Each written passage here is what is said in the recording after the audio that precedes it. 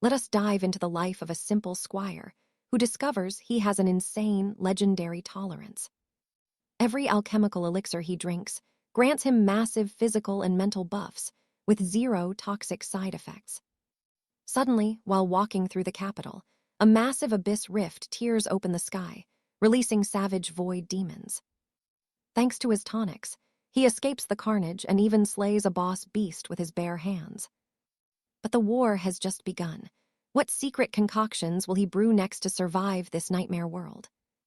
Our tale starts with a merchant ordering everyone to finish packing before the sun sets on their homes. Meanwhile, one young man is busy downing a vial, telling his comrades he is finished for today.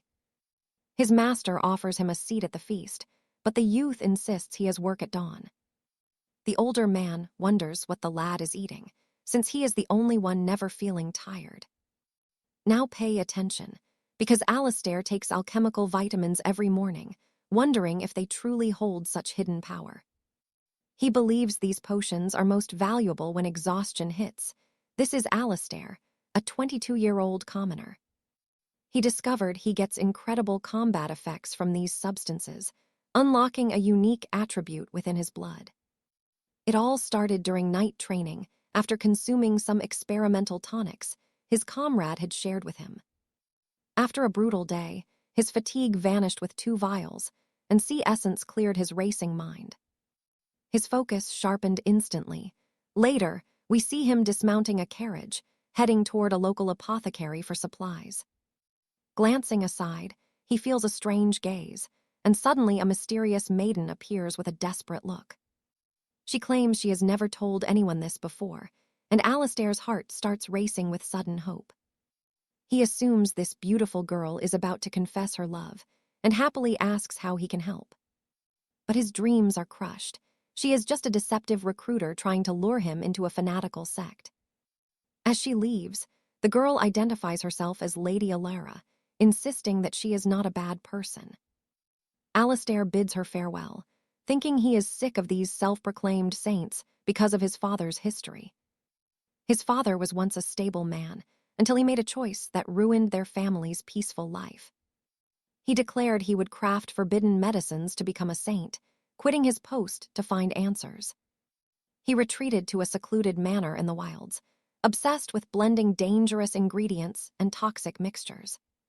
He ended up in the healer's infirmary countless times, with agonizing stomach pains that nearly killed him. Finally, he vanished into the great forest, promising to return with the ultimate power of ancient energy. That was 20 years ago, when Alistair was a mere toddler.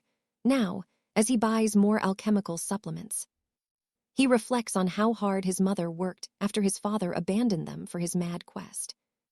He thinks his father should have used safe elixirs like these instead of those wild, experimental poisons. Let's pause for a second, because right as he leaves the shop, a massive magical circle rips open. The commoners stare in confusion, while Alistair realizes this isn't some royal parade. It is far more dangerous. He assumes it is an enemy airship, until the ground beneath his feet begins to violently shake. Panic erupts as people scream, but Alistair remains calm, watching as the cobblestone streets split wide open. A massive, rotting hand emerges from the darkness, and a terrifying abyssal demon crawls out before him. The beast lunges forward, and Alistair's instincts scream that he needs to flee this nightmare or die. Suddenly, his heart thunders, and a mental alert tells him his body is absorbing his stored nutrients. As the demon attacks, another surge of energy floods his system, vastly enhancing his combat reflexes. In a blur of motion, he dodges the blow, realizing the monster's movements now look incredibly slow. He wonders if he has always possessed this monstrous strength, or if it is those tonics. Realizing he can escape easily now, he notices the innocent citizens being slaughtered by the demon horde. Rage fills his chest as he watches the carnage, deciding he cannot just run while others die. He charges forward, feeling a surge of confidence that he can actually win this bloody battle. With a powerful kick, he sends the monster flying. Then, they both scramble for a fallen club. Alistair grabs the heavy weapon first and bashes the demon's skull, realizing these beasts are surprisingly weak. "Trust me, you and I want to see what happens next as more monsters charge our hero." "All right, you and I are about to see him, standing amidst a pile of bodies, after a lightning-fast battle." Alistair gazes upward in total disbelief, realizing a massive greater demon is now towering over the village ruins before him. Seeing his fallen knights on the ground, Alistair hopes this beast is as weak as the others, preparing for battle. But in a flash, the monster strikes. Crimson blood sprays the cobblestones as the young man is sent flying back away. Nearby, soldiers scream as they hold the line, wondering what happens if the great gates fall to the Dark Army. Panicked, they beg to seal the courtyard doors just as a body crashes through the wood, scattering the guards inside. A massive shadow falls over them as the demon approaches, and the young soldier begs for a miracle save now. Suddenly, a figure strikes a flint, smoke rises, and the spirit link whispers that the ancient elixir is finally consumed. In a blur of motion, Alistair lunges at the beast, landing a heavy kick that sends the monster reeling back. Standing in a defiant stance, the oracle announces that primal adrenaline is now surging through his mortal human body. Alistair grins, declaring round 2 has officially begun as he charges forward to bury a fist in the demon's face. He unleashes a brutal flurry of strikes, but the monster roars back, refusing to fall to just a mere human boy. "Hold on tight, because this is where you and I see his real hidden strength finally come out now." He screams for the beast to taste his steel, slamming its skull into the stone path with bone-breaking force. Panting, Alistair wonders if those pipe herbs actually worked, hoping his mother was still safe from the chaos nearby. But the nightmare isn't over. The demon rises, grabbing Alistair by the head and smashing him down into the cold earth. With a desperate roar, he catches the demon's claw, delivering a massive gut punch that shatters its dark armor completely. The beast finally collapses, leaving Alistair paralyzed with exhaustion, his body refusing to move even one more inch forward. He watches in horror as the village burning continues, knowing the townspeople have no hope of escaping these monsters.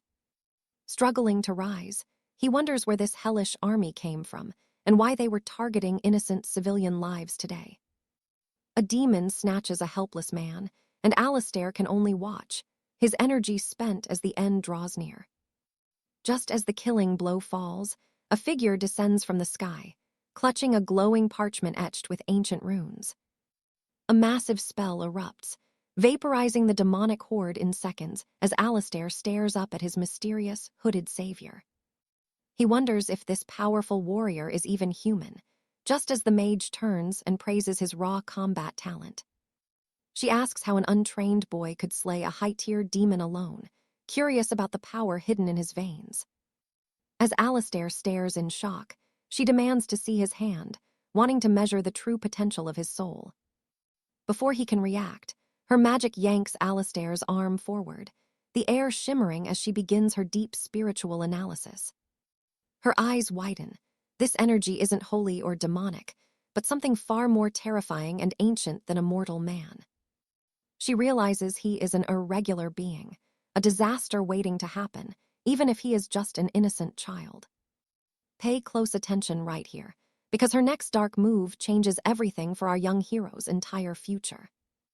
Unaware of the danger, Alistair thanks the mage, believing she saved his life from a truly gruesome ending today. She stays silent, pitying his kind heart before deciding that such wild power cannot be allowed to roam free. Thinking his pure spirit is a tragic waste, she force-feeds him a glowing pill that burns like liquid fire inside. Alistair gags on the bitter taste, choking as he asks the sorceress what kind of poison she just gave him. He collapses to the dirt, as she explains it's a seal meant to lock away his growing spiritual energy forever. It is a curse used for uncontrollable demons, but she claims it is the only way to save his life. She warns that his irregular nature would eventually destroy the world, and this suffering is for the greater good. She tells him not to hate her, whispering that they might meet again if the threads of fate allow it.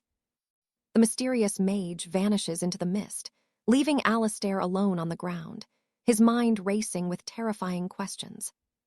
He wonders why he was branded an irregular, and what that word means for the strange powers he was born with.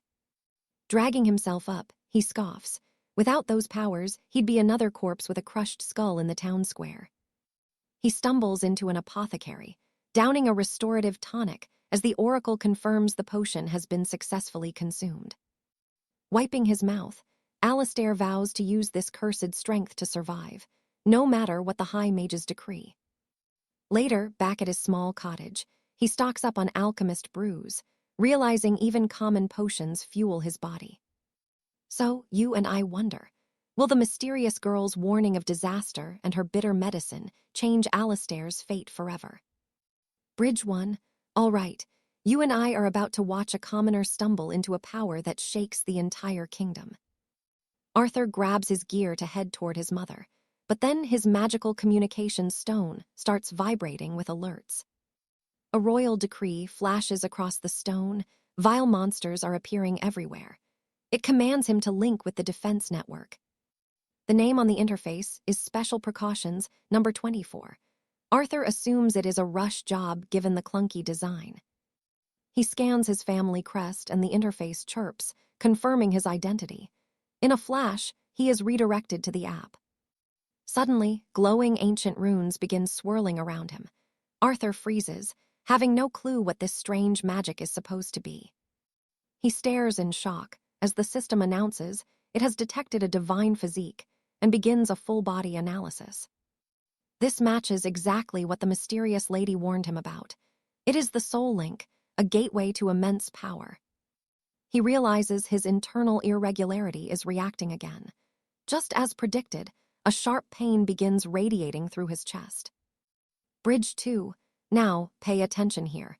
This is where his transformation takes a painful and totally unexpected turn. The forbidden medicine starts kicking in, and Arthur frantically downs his alchemical supplements to keep from passing out. He starts feeling slightly better, but the system is still deep in its scan.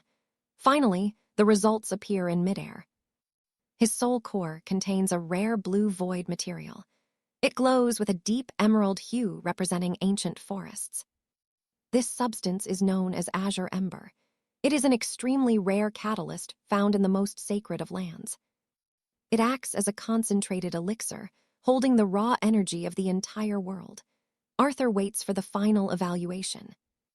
This blue matter was a core ingredient in the potion he took. Usually, it is toxic, but something changed. Since his recovery drink neutralized the poison, only the pure energy remains. His body is literally evolving in real time. Arthur is desperate now. Something incredible is happening to his core, but his skin is suddenly burning with fever. He needs to wait for the heat to die down. He wonders if there is any way to find relief. He feels incredibly restless. He searches his mind for a solution, finally coming up with a desperate idea. Bridge 3, you and I both saw this coming, right? He decides to meditate, the classic fantasy hero move. It is not one of those fancy stances from the night manuals. It is simple, but surprisingly comfortable for him. He settles in, cursing his mundane body. He just wanted a regular life, not this chaotic internal fire. The system confirms it. His body is mundane, yet it is currently overflowing with ancient tree energy. He wonders why the woman gave him such a dangerous medicine. The irregularity within him is finally waking up. The poison has completely vanished from his veins. He wonders if the ingredients transformed while he was being scanned. It is a massive relief. If the analysis showed he was truly irregular, the guards might have killed him. Suddenly, a different system screen appears. A high commander emerges, addressing every citizen across the kingdom of Ethelgard. He swears that what he is about to say is the absolute truth. 10,000 years ago, the world was different. It was a spectacular era, but monsters roamed the lands while celestial beings crossed the stars to invade our world. Humans were slaughtered in that time of chaos, but then the chosen few were granted divine physiques, pure power. This gift allowed humans to rival the monsters in strength. It was the beginning of a brand new era. Humans gained a life expectancy like never before. It was a world where anyone could wield legendary power. These warriors became known as the Saint Knights. They sacrificed their lives to seal the gates of the underworld forever. Their sacrifice allowed humanity to thrive on the surface for eternity. They became the stuff of myths and legends. Their stories were passed down through generations, while they continued to guard the gates as the world progressed. Or so we thought. Until a few hours ago, the seals were holding, but now everything has completely changed. All registered Saint Knights are now patrolling their sectors. They have been deployed to protect every citizen in the realm. These guardians have been tested for their abilities and granted the right to enforce the law when necessary. Arthur stares at the screen, wondering if he can find skills that match his own newly discovered aptitudes. Countless screens begin appearing in his vision. He realizes that every pulse of magic in the room is a skill. He understands the truth now. Those hot spots in his body are the keys to unlocking his true combat potential. He sees his own image in the screen, meditating perfectly. After enough training, he can master the internal heat. He can emanate heat from 3 core centers. Once they start glowing, the real nightly training finally begins. Bridge 4, you and I just saw a skeptic start the ground path training, and trust me, it is legendary. All right, you and I are about to watch Alaric master a sacred breathing technique through deep meditation. He is stunned because it is way easier than he thought, even with his gifted spiritual body. Gathering energy into the 3 cores usually takes years for most people, depending solely on their natural talent. With enough focus, one can reach a state of total emptiness, completely unaware of their own surroundings. Alaric takes his first step toward becoming a holy knight, but he wakes up feeling totally lost. Vines and plants have overgrown around his body. Just how long has he been sitting in this spot? Grabbing his communication crystal, he sees the mana is dead and desperately looks for a sundial. He freezes. It is June 22nd. 100 full days have passed while he was just sitting there. After a quick wash, he is just thankful the water still flows despite how strange everything feels. His wounds are gone, he is not hungry, and somehow he has actually gained massive physical strength. As his crystal recharges, he wonders if he should check the scrolls for any news of the kingdom. But looking outside, a giant magical dome covers the sky, and monsters are pouring through massive tiers. This place is now a death zone, and suddenly, a massive earthquake begins to rock the entire floor. But wait, pay attention, because that is no earthquake. It is a colossal, horrifying figure crossing the fields. Demons are swarming the nearby towers, and Alaric realizes he needs to get out of here right now. There is no magic signal anywhere, making an emergency rescue his only hope for survival in this nightmare. Using that breathing technique allowed him to survive 100 days in a trance without food or water. Suddenly, a holy system welcomes Alaric, though it warns him that he is currently disconnected from the network. With limited features available, Alaric wonders if there is anything here he can actually use to stay alive. The only thing he can open is his status profile and a strange section containing 2 mystery runes. The system grants him 3 usable runes based on his special hero rank. The first rune is called Soft Steps, a special 9th rank spell for silent and incredibly swift movement. Now I know what you are thinking. It looks too easy. Alaric feels the exact same way. But when he takes one small step, he slams face first into the wall with incredible, blinding speed. That speed magic is the real deal, and now he is curious about what his other abilities do. He has a skill to carry heavy loads, and another that can summon a massive tornado of light. He considers using the light on the roof, but that would just signal every monster in the area.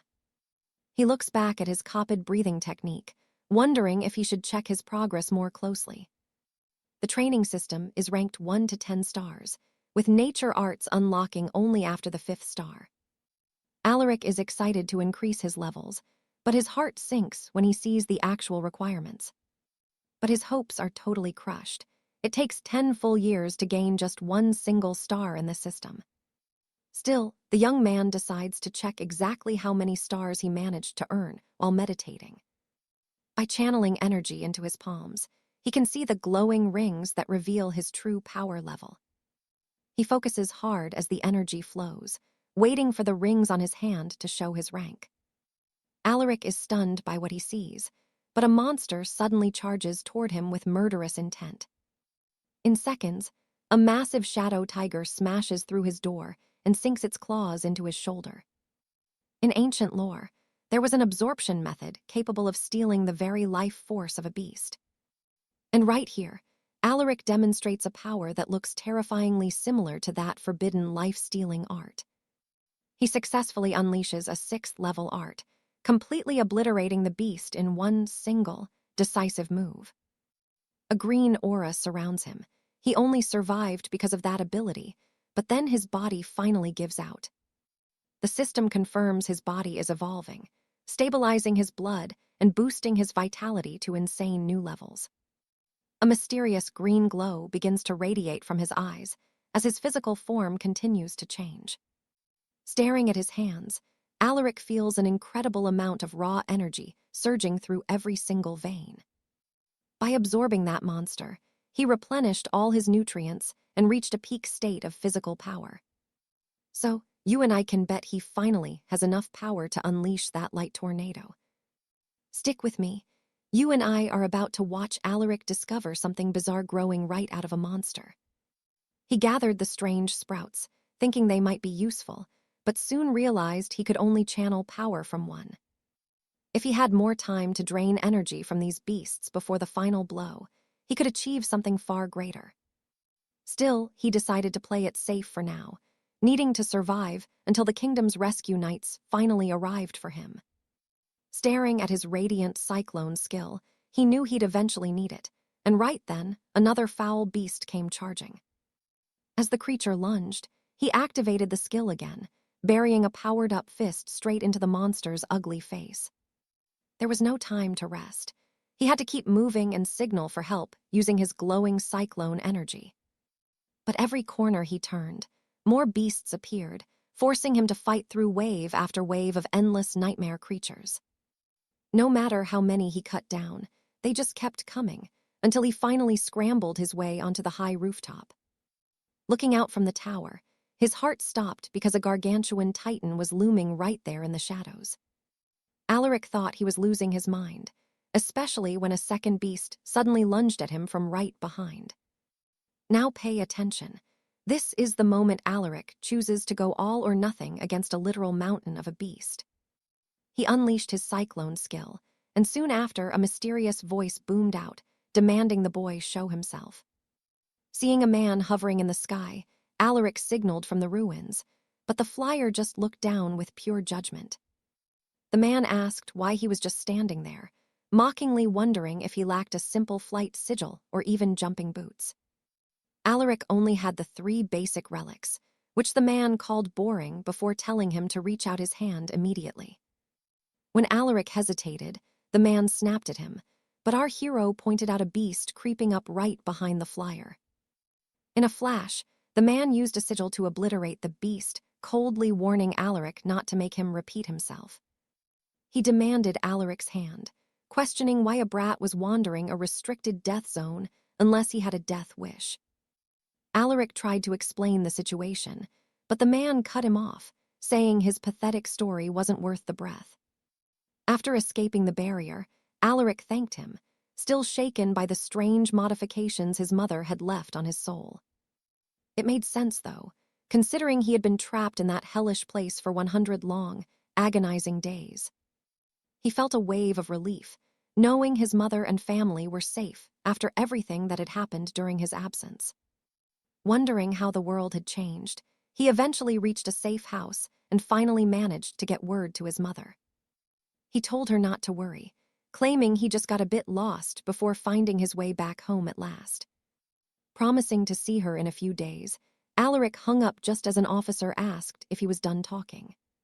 He nodded, feeling a massive weight lift now that his family was safe, but then a high-ranking noble suddenly burst in. The noble looked at him desperately, asking if 𝒂𝒐𝒄𝒆 was truly the legendary survivor everyone was whispering about. An aide tried to introduce the boy as a local recruit, but the noble ignored him, ordering the officer out. He demanded the room be cleared immediately, snapping that he wouldn't say it twice to a mere subordinate like him. He asked if 𝒂𝒐𝒄𝒆 had reached the adept rank even before his astral gate had fully opened to the world. "You and I see exactly what's happening here. This noble is testing 𝒂𝒐𝒄𝒆's worthiness to wake some sleeping master." A status screen flickered to life, and the man asked if he could see his rank as a high-tier adept. He bragged about the 9 great ranks, claiming most awakened were just disciples, while he was nearing the saint level. Even though the mundane rank was technically the peak, this man had already been qualified as a true adept. In their world, age meant nothing compared to training, meaning the one with more experience was the true senior. That meant 𝒂𝒐𝒄𝒆 had to bow down and serve his senior faithfully, as those were the unbreakable rules of nobility. But 𝒂𝒐𝒄𝒆 just blinked, asking if adept was actually the lowest rank possible, which immediately enraged the arrogant man. The noble yelled at him to shut up, reminding the boy he was only alive because of his rare spiritual physique. If he wanted to survive this cutthroat world, he needed the protection of powerful superiors like the man standing before him. He threatened 𝒂𝒐𝒄𝒆 with death if he spoke out of turn again, but our hero had heard something very different. He noted that a knight can't serve 3 masters, suggesting this man was only following orders because he was bored. This sent the noble into a blind rage, but right then, a glowing status screen materialized between them both. It displayed all of 𝒂𝒂𝒄𝒆's hidden stats, proving his power was far beyond what this arrogant noble had ever expected.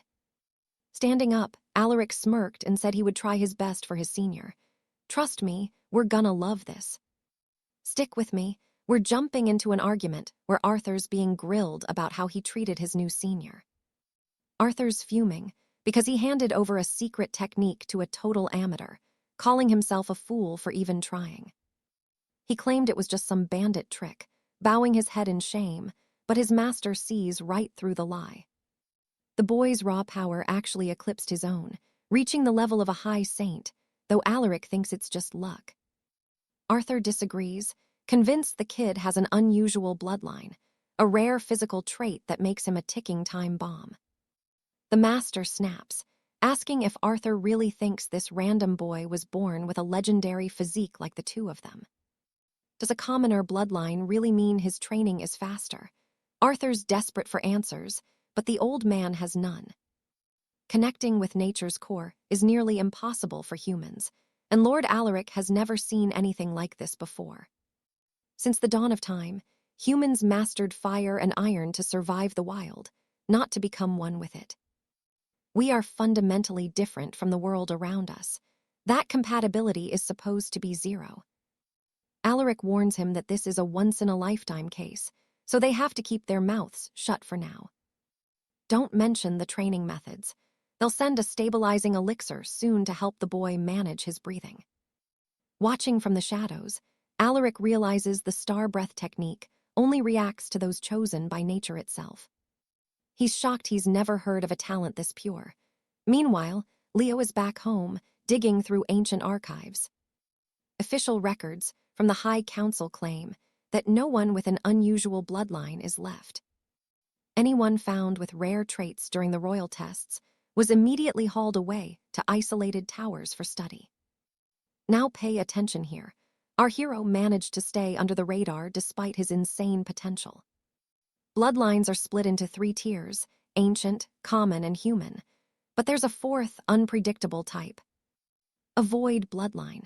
Ever since the High Saints vanished a decade ago, the world has grown dark. Vile monsters still try to crawl back into our world, but the legendary saints banished them to the abyss. Nowadays, those heroes are just bedtime stories, but Leo knows the truth is much scarier than the myths. He's worried he'll be exiled too, even though he's just a student, not some notorious criminal or monster. While sipping his tea, the magical interface confirms he's just consumed the hidden stabilizing potion. Even a simple herbal brew becomes terrifyingly potent when his body absorbs every single drop of mana. He faked a commoner result during the tests, which is why he was only given low-grade blue essence. The supply from the Southern Isles won't last forever. He needs to find a replacement before his energy runs out. Public alchemy records are useless. The real secrets are locked behind the Council's high-level security clearance. Just as he's about to give up, a brilliant idea strikes. He starts searching for banned alchemical reagents. He finds a match for some strange seeds he's been carrying around, staring at them with newfound hope. You saw these before, didn't you? Leo remembers looting them after a brutal fight with a shadow beast. He figured they were just common trash, but after some digging, he realizes they're actually legendary artifacts. There are 0 records of these seeds ever sprouting. He posts an anonymous question to the underground forums. Turns out, these are purgatory herbs. They only grow on the banks of the River of Souls. Eating them raw is basically a death sentence. To make them sprout, you need impossible, godlike conditions. Sprouted seeds are priceless treasures, and Leo realizes the ones in his hand are already waking up. He decides to run a risky experiment. He focuses his solar breath directly onto the dormant seeds. As he breathes, the plants explode with life right in his palms. Suddenly, his landlord bursts into the room. The man screams for his rent, but Leo has already vanished into thin air. Did the kid finally run away? He checks to see if any valuables were stolen, only to find a single peach missing from the fridge. In a secluded forest, Leo continues his work. Within minutes, a tiny seed transforms into a blooming tree. Just 2 hours of focused breathing did all this. He's stunned by the sheer power of his own technique. His mana flows into the environment, confirming that the solar pulse can force nature to obey his will. If he can farm legendary herbs like this, he'll never have to worry about the Council's restricted supplies again. He swallows the fresh purgatory sprout. Immediately, a wave of intense heat starts radiating through his entire body. The red aura fades instantly. Trust me, you and I are going to want to see what happens next. All right, you and I are about to see Sir Alaric lose control as his aura suddenly vanishes. Why is the energy stuck in his core? Was that blue essence from the rift actually a superior quality elixir? He eats another sprout and tries again. The red flame returns, but with a searing, different heat. He remembers scrolls regarding lunar energy. The purgatory herb is lunar, while the rift matter was solar. He needs a lunar absorption technique. If he mixes these forces now, it could be his end. Still, he is relieved. Even with low purity, his power is climbing. He uproots a glowing tree. A sudden noise startles him. It is an urgent message on his scroll. The prince has died. The message warns everyone to fear the rain. All residents must evacuate the castle streets immediately. Panic erupts. Why were they not warned? Then, a heavy rain begins to drown the city. Vile larvae emerge from the shadows. The people shout warnings. Do not let those things touch you. Alaric spots a golden ward around the Great Hall. He is relieved he followed the crowd. Outside the safety of the ward, a woman screams. A massive, demonic bird looms over her. Now pay attention here. You are about to see just how terrifying these monsters really are. The beast's claws snatch her up, throwing her into a nest swarming with those hungry larvae. The monster glares at the people behind the barrier. One man sighs, glad it was not him. Alaric's heart races. He can't let her die. He draws his power and leaps into the storm. He smashes his fist into the bird's skull. It falls easily. Is he truly this strong now? He wonders if the herbs did this. Then he realizes this rain is the Dragon King's tears. The water feeds the trees, making them grow instantly. It amplifies his nature energy to the limit. He can feel it. He can do anything. He performs a refinement ritual on his wooden staff. It transforms into the Demon Slayer blade. The bird rises, screeching in a bloodthirsty rage. Alaric braces himself. The bird charges, and he knows one mistake will be his last. He defends himself, knowing he will be crushed if he slips. The protective ward is closing fast. He needs to hold his ground. The creature leaves an opening, and Alaric strikes with everything. But there isn't a single scratch. He wonders if his new blade is even working at all. The bird recovers, its eyes locked on his sword. It dives for the woman on the ground. Alaric lunges and saves her just in time. She thanks him, but he warns her to stay focused. The bird is furious. It strikes at them as they flee. The woman reaches the barrier safely. Alaric is not as lucky. He is sent flying into a stone wall with bone-shattering force. He stands up, relieved his armor held, but his power is starting to fade. Let's pause for a second. Alaric is trapped outside, and his energy is fading fast. He cannot run back to the shelter anymore. He considers planting more sprouts, but it is risky. It is a gamble with nearly zero chance of success, but he still has a trump card. The demon slayer blade is both plant and steel. He drives its roots deep into the earth. It takes time to pull energy from the soil, but the dragon's tears are helping him. He uses a secret technique to absorb the rainfall, storing the energy within the demon's seal. Suddenly, the sword erupts with lightning. Alaric charges the beast, a flash of pure destruction. He lands a heavy blow, pinning the monster's head against a crumbling stone building. Seizing the moment, he severs its head. The witnesses cannot believe what they just saw. To them, he is a hero. They hail him as a legend who saved the innocent. But a man appears, full of cold fury. He asks Alaric if he knows his mistake. The bird was a cherished messenger of the High Lady. Death is too good for him. News of the fight spreads fast. Criticism begins to mount against our young hero.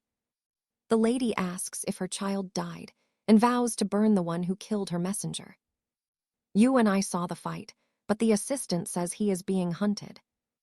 Lady Isolde is fuming because everyone seems to despise her, while they keep that brat Percival in their custody. Let's dive into this. Isolde is losing her mind with rage, ordering the humans to execute the boy immediately or face her divine destruction. But her advisor stops her, explaining that Percival's recent heroics have become a trending topic among the common folk lately. The people are actually satisfied with this new leadership, so the council needs to be kind to the boy for now. Isolde complains that the laws of this realm are boring, and the High Council's rules are way too restrictive for her taste, but her maid suggests a way to calm her down. The servant reveals she has prepared a legendary tribute to ensure her mistress's grand reputation wouldn't be tarnished by these commoners. Isolde agrees to wait for this gift, right as the storm breaks and the rain finally begins to clear across the land. The clouds part as if the gods have found peace. It is just an illusion that these transcendent beings are free from desire. Isolde grabs a mysterious package, thrilled that she finally managed to obtain a fragment of the legendary fruit of the world tree. This fragment comes from a tree whose fruit is the ultimate treasure of the gods, blooming only once every 3,000 years within the secret orchard of the eternal Mother of the West. These are the peaches of immortality, a mystical relic from a grove that was lost when the heavens were sealed shut. Lady Isolde mentions that, when the great queen sacrificed herself to close the celestial gates, her entire sacred garden vanished forever. Now watch this. If she can grow a new sprout from this bark, her own name will finally replace the legendary Queen Mother. Meanwhile, Percival walks the streets, haunted by a warning to stop making the deities look bad and to avoid standing out. He stares at his empty palm, knowing his blade was taken, but he's still happy about the secret prize he kept. That night, the boy examines a block of wood he found inside the monster's body, wondering why it was there. The timber was fused to the beast's ankle, but Percival soon realizes this strange trunk is actually a living, pulsing thing. He realizes the trunk is alive just as the authorities arrive, but Percival manages to grab a living sprout before being attacked, wondering if he can cultivate this divine plant himself. 1 year later, the news is filled with reports of the kingdom taking drastic measures to purify the corrupted water. A commoner complains about the stench, saying the water crisis is caused by a monster that the council should have killed. A month ago, when the celestial energy was in total chaos, a 1,000-year-old serpent hid itself within the river 𝒂𝒊𝒻. After crossing over from the monster realms, this beast became powerful enough to claim the title of a god. Calling itself the sovereign of 𝒂𝒊𝒻, the creature declared that no one could use the river until a sacrifice was fulfilled.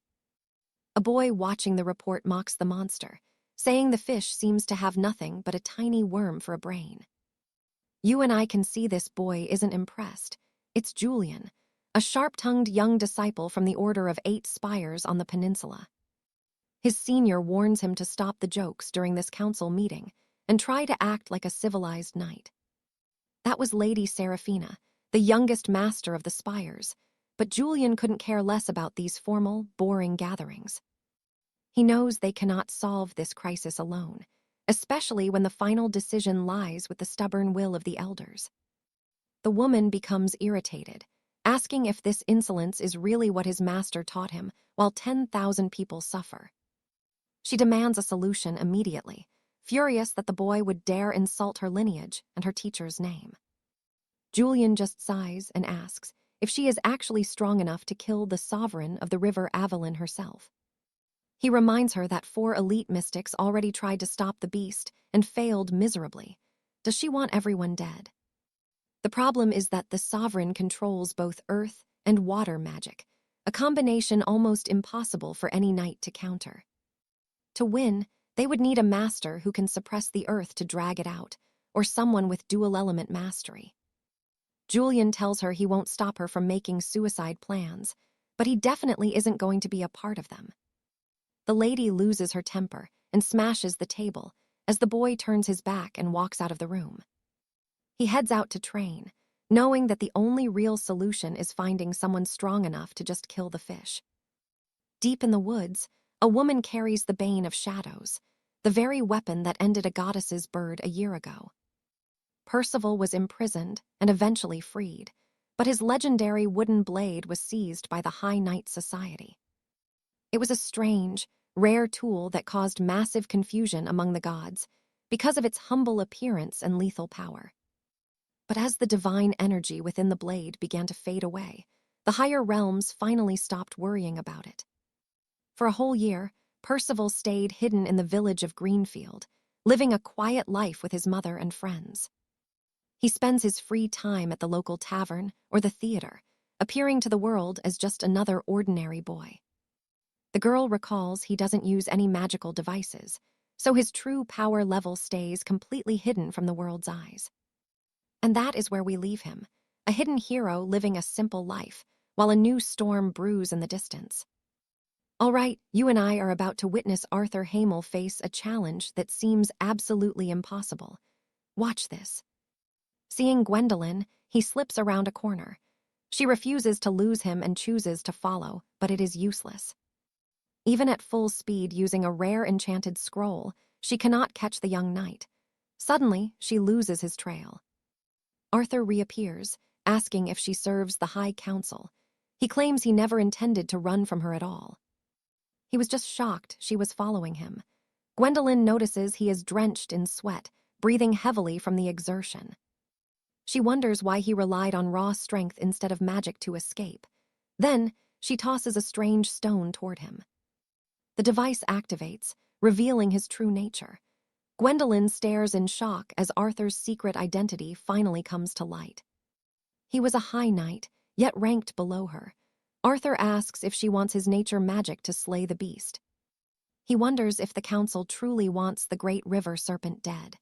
Gwendolyn shakes her head, revealing a different truth. Her masters stayed their hands, only to let the squires test their mettle against the monster, without any outside help. Arthur scoffs, noting that thousands are suffering while they play games. This isn't just some simple training exercise for him. Now here is the catch. Arthur asks if cooperation brings a reward, specifically, the return of his legendary blade. She asks how he knew. Arthur explains that his breathing lets him speak with the ancient trees surrounding them right now. It was a rare technique he mastered. Gwendolyn realizes this is how he moved like a shadow through the dense forest. Arthur demands to know if his exile will be lifted as payment. She admits a reward is possible for his help. But his fame is a problem, and there is no one high enough to promise him such a grand mercy. She explains his banishment was punishment from the lords for slaying a noble hawk. It was a heavy price to pay. But that debt could be cleared if she persuades the lords after he helps them destroy the great river serpent forever. Soon, Arthur stands at the muddy riverbank. An ally asks why they have come to this cursed and dangerous place. He didn't know if Arthur was planning a reckless move, but the tension in the air was thick and truly suffocating. He just wanted to see the beast. Gwendolyn tells him to stay calm, as the serpent is the real threat here. You and I are probably wondering the same thing. What can one man do against a giant river monster? Pulling a pouch from his bag, he grimaces. He prepared this for an emergency, but never expected to use it today. She warns him that getting closer is suicide. But then, she is left speechless by the young knight's next bold move. Arthur asks if she ever studied basic herbalism. He used to grow these simple plants back when he was a squire. These roots purify even the filthiest waters. He is halfway through the task, with only a few seeds left to plant. Suddenly, a massive creature erupts from the depths. Arthur grips his hilt, ready to go fishing for a very big prize. A deafening roar shakes the valley. The beast claims to be the god of the waters, answering to no mortal man. It strikes with lethal fury. Arthur barely manages to dive out of the way as the ground beneath him shatters. He begins chanting a powerful spell. Enraged, the beast screams, asking how a mere human dares to challenge a true god. Suddenly, magical projectiles slam into the beast. The monster howls in agony, its rage reaching a terrifying and new level. Gwendolyn protects the others, stunned. Arthur has weakened the serpent's dark and toxic aura by using those purifying plants. He drained the corruption from the river itself, but at this pace, he might run out of strength before winning. The monster sneers, claiming that despite his clever magic, these petty tricks will never be enough to slay a god. It attacks again, sending Arthur reeling. He loses his footing, plummeting toward the dark and freezing waters of the lake. He tosses his remaining seeds to create a foothold. Gritting his teeth, he realizes this is his very last shot. He hurls the final seed. The beast laughs, asking if he expects a lightning-struck branch to destroy its divine body. Arthur smiles, saying he just placed that toy inside its heart. He asks if the beast can feel the spark already. He dives back into the fray, promising they will meet again soon. Then, he begins to chant a final spell. He unleashes a customized thunderbolt and lightning bolt. He won't let this creature escape the judgment that is coming now. Electricity surges through the water, striking the beast. A massive shockwave ripples through the entire valley. A massive explosion rocks the area, finally slaying the beast. Arthur sighs, noting the air feels much cleaner now. Standing on the fallen serpent, he frowns. He's drawn too much attention again, and he knows this won't end well. The council ignored the serpent only to test their squires. It was never about saving the common people from death. So what do you and I take from this? Arthur is a hero who doesn't play by their cruel rules. All right, you and I are about to watch our hero find a treasure much smaller than expected, a beast core. These crystals were meant to help a creature ascend into a dragon, so he claims it as his rightful reward. Suddenly, a man insults Arthur, demanding to know what he is doing before using magic to restrain him. This was the High King Magnus. From above, a girl recognizes him and remembers the warning she was given. She was told to act like everything was fine, until these ungrateful lords found themselves in deep trouble. Now they are complaining, even though they only showed up after the sovereign of the river had been defeated. By appearing now, it meant they had officially altered the fate of the great river and its inevitable death. The girl greets the man, acting surprised to see the seniors in such a dangerous and restricted place. The king questions if the area is even authorized for her, asking if she is a disciple of Thorn. She quickly confirms it, but the man mocks her for not realizing how grave this situation actually is. He cannot believe a disciple of such a master would ignore the danger this boy has truly caused. She had brought a boy who trained for only 1 year without a master to face a sovereign beast. Even if his nature magic is rare, a self-taught warrior defeating a high lord in 1 year is impossible. Pay attention here. If she dares to speak again, she will bring total humiliation to the noble house of Thorn. The girl is desperate, realizing the trap they are in, but Arthur simply begins to laugh at them. Magnus asks if he has lost his mind, but Arthur wonders why he should be scared of their doubts. They are only judging him because of his unique ability, and unfortunately, he has seen this behavior before. But get this, they only appeared 3 minutes after the great serpent had breathed its final breath. Everyone is confused by his words. As Arthur explains, they must have been watching the beast very closely. He asks if they thought killing the fish themselves would make them look like heroes to the public. Since he ruined their chance for glory, they came running to this place in a fit of pure desperation.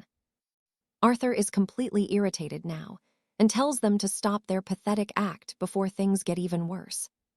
Suddenly, a massive explosion rocks the area. Arthur thinks he caused it, but the result leaves him stunned. His attack had no effect. Just like before, he aims for the stomach and points his sword at Magnus. Magnus is furious, asking if Arthur knows what it means to point a blade at him before his death. You and I might be worried, but he knows this man does not have the strength to actually kill him. The king claims his arrogance has reached the heavens and unleashes a devastating strike to end the boy's life. A massive explosion occurs, but the king is surprised to see a new figure has interrupted the duel. The man asks why a watchman would leave the garden, questioning what he could possibly want in this place. This was Sir Barrett, a high-level knight from the 3 realms of the heavens sent to intervene. Barrett says he has a request for his lady, hoping he has not interrupted their little display of power. He calls the violence unjustified and the boy foolish, but he will not stop them if they truly wish to fight. However, a fight now would ruin their reputations, so he asks them to stay out of the elder's way. The two disappear instantly, leaving the king to wonder why the lady would send Barrett to save Arthur. Later, Arthur walks with Barrett, who asks if the boy knew he would appear to save his life. He warns Arthur that while he is special, such uncommon arrogance will eventually lead to his total ruin. Arthur remains silent, simply thanking the elder for the advice and keeping those words deep in his mind. 1.5 years has passed since that day, but he still remembers the chaotic events. He learned that no matter how good his intentions were, they would not be welcomed by everyone. He has prepared carefully ever since the story of the Black River Sovereign first began to unfold. This time, he will not be treated like a fool or a victim because he will know everything. High King Magnus owns a divine garden where rare medicinal herbs are grown under the strictest of care. Many think the garden is just a rumor, so Arthur devised a plan to find some solid evidence. He needs to attract the attention of the lady who owns the garden to see it for himself. Lady Alara asks if his name is Arthur. Trust me, the real game begins now. Lady Alara asks if the young man knows what those are, and Alaric responds they are hellfire seeds. The noblewoman is shocked that such a treasure was discovered by a commoner selling it on the black market. She had tracked down the merchant to punish him severely, and sensing the danger, Alaric drops to his knees. All right, stick with me. We are about to see a commoner try to outsmart a goddess. He claims poverty forced his hand. The lady tells him to stand, saying it is fine now since he has paid for his many sins. She shows mercy to keep the balance, because killing her sacred bird was a crime that carried a heavy price. She offers him a second chance, asking why he does not work in her legendary royal herbal gardens instead. If the boy can grow hellfire seeds, he surely has the skill to cultivate the plants that purged the Serpent Lord. Alaric thanks her for the high praise, claiming his success comes from a secret cultivation technique he once learned. However, he admits that even with his special technique, common plants usually bear fruit in just a day or two. But these hellfire sprouts, they refuse to grow no matter how much time or effort he puts into the soil. Now watch this. Our lead is actually setting a trap right under her nose. He claims the legendary plants simply won't grow. The lady asks if he lacks the gardener's touch, and 𝒊𝒄𝒆 plays the part, admitting that this is true. She admits he has more courage than he looks, negotiating with a high lady while his life is at stake. She promises to support him with divine herbs and proper tools from her own private stash in the royal garden. She will also guide his enlightenment personally, assigning a young squire named Seraphina to assist his daily work. 𝒊𝒄𝒆 kneels again in gratitude, but secretly, this had been his master plan from the very beginning. Lady 𝒊𝒄𝒆 signals to her squire, asking if Seraphina had been watching them from the shadows this whole time. The girl warns that 𝒊𝒄𝒆 seems very suspicious because his polite act feels like he is plotting something dark. She reminds her master that this boy killed the sacred bird and even defeated the Lord of the Azure Depths. To achieve so much without formal training means he is either a hidden genius or a complete and total idiot. The girl asks if the lady knew he was scheming, but accepted him anyway, which is why she must watch him. And yeah, I know what you are thinking. Is she really that blind? Think again. She tells her squire not to worry. She will let him manage the 6th garden first, where he cannot steal even a single seed from her collection. If the boy turns out to be useless, she will just turn his body into fertilizer for her roses instead. Seraphina thinks they only agreed to this because of the peach of immortality, but she still finds the boy untrustworthy. Meanwhile, 𝒊𝒄𝒆 walks down the street, sensing the power of the hidden immortals in this place is over 300. Lady 𝒊𝒄𝒆's power exceeds 400, while 𝒊𝒄𝒆 has reached the 10th star of the astral blade technique this year. He can roughly gauge their strength now, but he does not fully trust those numbers in a real life or death fight. The High King is well above 600, and even the captain of the guard exceeds 400 in power. 𝒊𝒄𝒆, on the other hand, is only at 45, having spent the year learning the theory of the astral techniques. He has all the knowledge, but without the physical practice, he still has so much more work to do. Arriving at his hidden destination, he feels he is finally where he needs to be to reach the next level. He approaches a glowing sacred tree, offering the heart of the deep he took from the defeated Azure River Lord. Since he is giving a legendary gift to the tree, he expects to receive a holy fruit in return today. Sometime later, the young man is meditating before the tree when he suddenly wakes up, startled by a sweet scent. The smell of the peaches is so potent, he improved his attack power just by sitting in their presence. The tree has been growing for a year, but only this last week did the blossoms finally bear several fruits. They are still quite small, but since they have matured, he thinks he can finally eat just a tiny bit. Suddenly, a mysterious voice tells the boy not to be so hasty, making 𝒊𝒄𝒆 jump back in surprise. A small bear is standing there talking to him, and 𝒊𝒄𝒆 asks the creature who he is supposed to be. The bear says the elder named him Barnaby, and 𝒊𝒄𝒆 realizes this is the local mountain god known as Guanin. After the gates of heaven opened, the old deities began to reveal themselves, though this one has been quite unlucky.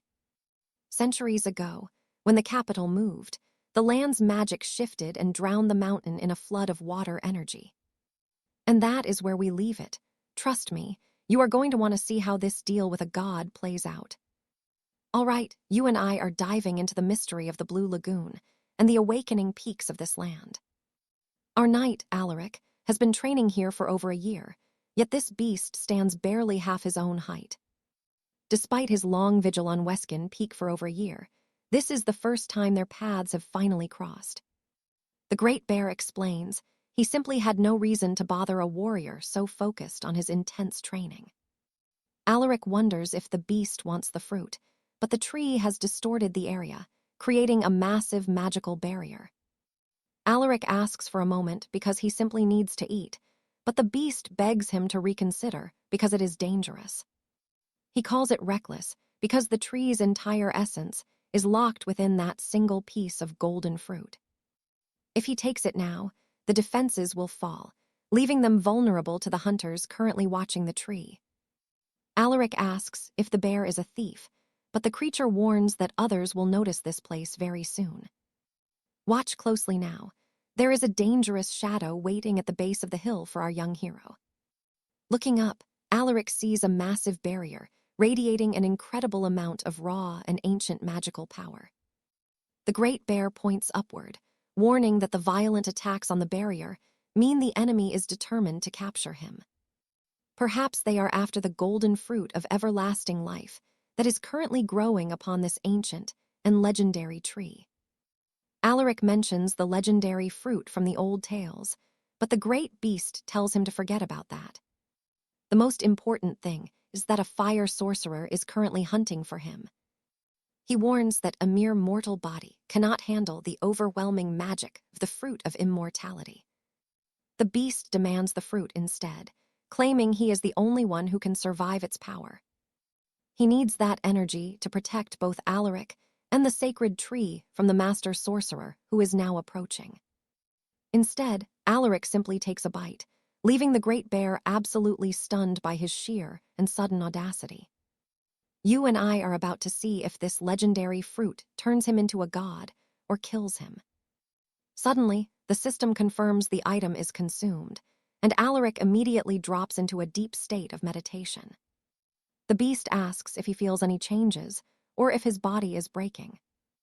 Alaric just says the fruit was sweet and refreshing, leaving the creature completely lost for words. The bear calls him a fool, while Alaric struggles to control the heat rising within his veins. It's not like the burning pain from before. This new feeling is strangely gentle and smooth.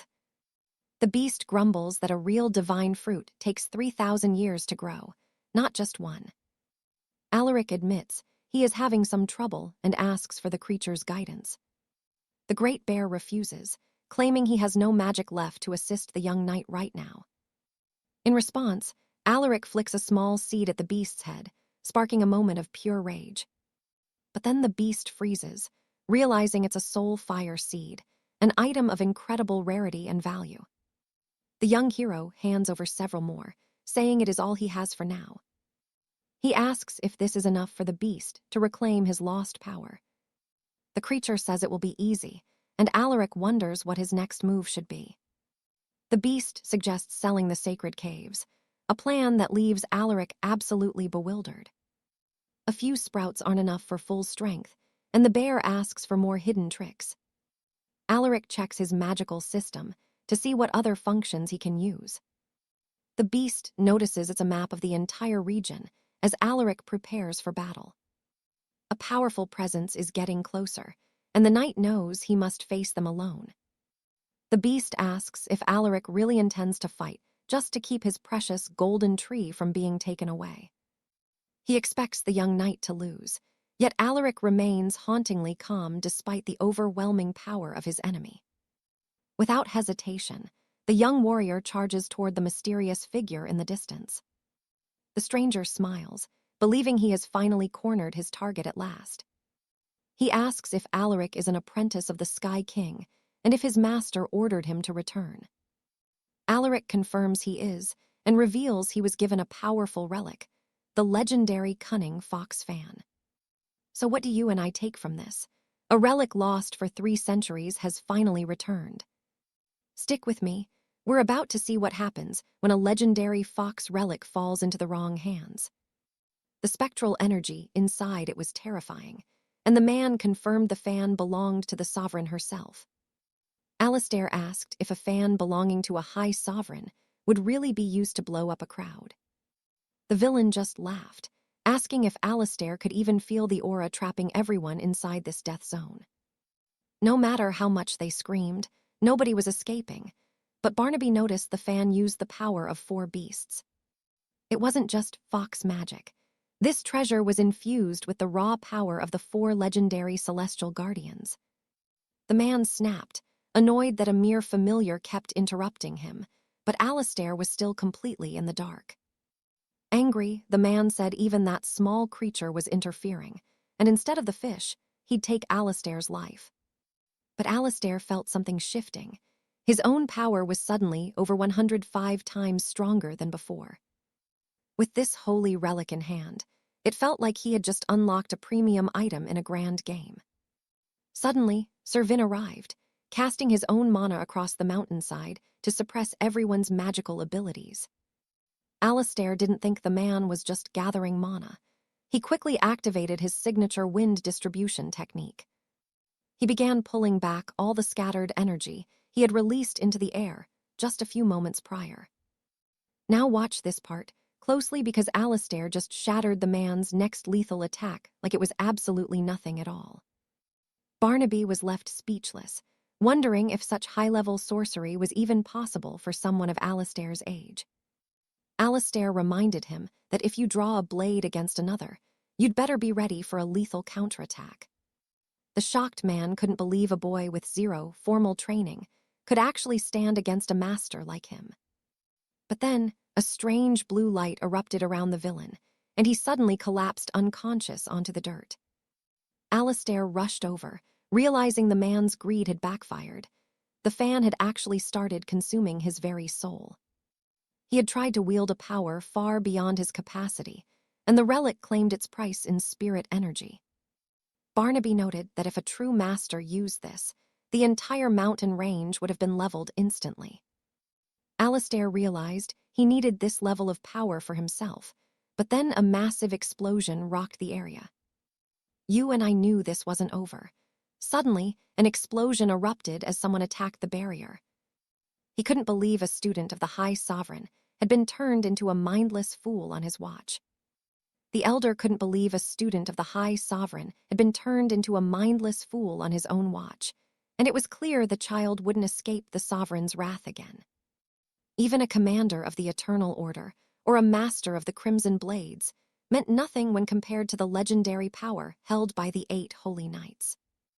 Alistair stood his ground, calmly stating to the furious man that every single thing he had done so far was strictly in self-defense. Alistair knew that the rules of self-defense also applied to this new attacker, and quietly prepared his next lethal countermove. Irritated, the elder hissed that he should have burned Alistair to a crisp a year ago for being a walking disaster. He couldn't understand why the High Sovereign tolerated him, but now he would burn Alistair completely, leaving nothing behind but charred bones. Alistair didn't waste a second and bolted, while the old man chased him down relentlessly with a barrage of powerful fire spells. Feeling cornered, Alistair admitted he was at a disadvantage, since fire was his absolute worst elemental matchup in a fight. Out of all the elements, fire was the least suited for him, and the compatibility of this situation didn't seem favorable at all. Barnaby the Familiar urged him to use the Sovereign Fox fan quickly, by just inserting his mana and wielding it with force. He explained it should work regardless of the element used, but then the elder cast a spell that struck the poor familiar down.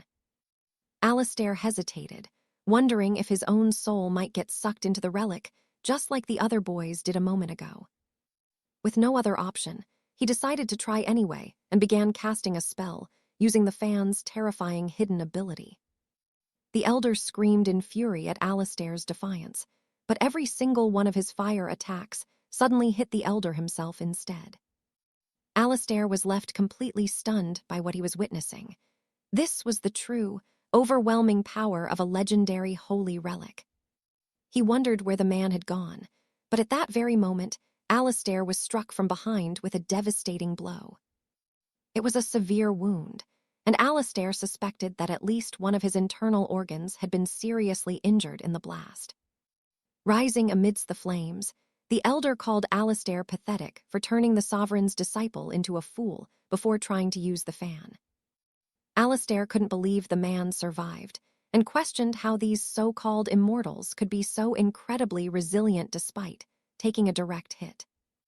The elder began casting multiple spells at Alistair, declaring that this moment would finally be the absolute end of the boy's journey. And that's where we leave it. See you next time. All right, you and I are about to watch Alaric deal with some seriously dirty tactics from Thorn. Death felt certain, and he knew that if his body were whole, he could have easily won. Suddenly, the agony vanished as a golden apple floated nearby, and the system signaled the analysis was finished. Long ago, the primal sage sought freedom from the gods, so he forged an aegis that none could pierce. No sacred relic or divine power could harm him during his 49 days on the ancient celestial path. Even under the crushing Titan's grip, his skin held firm for 500 years without a single scratch. Thorn wanted an immortal vessel, hunting for cells that even the darkest magic of the abyss could not corrupt. Eventually, even the Lord of the Dead gave up on killing him because his body was simply too invincible. The system announced the fruit was consumed, absorbing the properties of the apple to reshape Alaric's very soul. Now pay attention, because this is the exact moment Alaric gains the godlike power he always desired. His new core neutralized all toxins, and a rush of freezing water filled Alaric's body from head to toe. Opening his eyes, the hero looked completely different, radiating a cold and terrifying pressure that shook the room. Thorn froze in shock, sensing the transformation and wondering how the boy mastered the essence of the tides. He realized his fatal mistake. Alaric was an irregular. Even the boy didn't know how this was happening. He was just relieved the burning heat was gone, grabbing his Stormbreaker fan to launch one final, devastating strike. You saw that too, right? Thorn was completely stunned before the battle finally came to a sudden end. Alaric collapsed unconscious, and his spirit guardian frantically begged him to wake up as he slowly regained his senses. The spirit asked if he was okay, not wanting to discuss the chaos while they were still trapped there. Still dazed, Alaric looked around and realized the entire chamber was submerged in freezing water, confusing him even more. He checked Thorn's body, muttering about a sigil that supposedly controlled the barrier, wondering where it was hidden. Searching through the robes, he was surprised to find a glowing crimson talisman tucked away in a secret pocket. The Guardian explained it was a void pouch, a magical bag designed to hold items of any size easily. But there was no time to celebrate. The spirit warned that several powerful groups were already closing in fast. As Alaric carried the body away, the spirit asked where he was going, panicking when Alaric dropped the man. If they stayed, the location of the World Tree would be exposed. Alaric calmly told the spirit to relax. He began casting a spell, clearly planning something clever to lead their pursuers away from the actual treasure site. The spirit watched in awe as Alaric used the fallen Inquisitor to fuel the tree, hoping for a bloom. Alaric noted they were just in time, sensing enemies nearby and realizing they finished the job by a hair.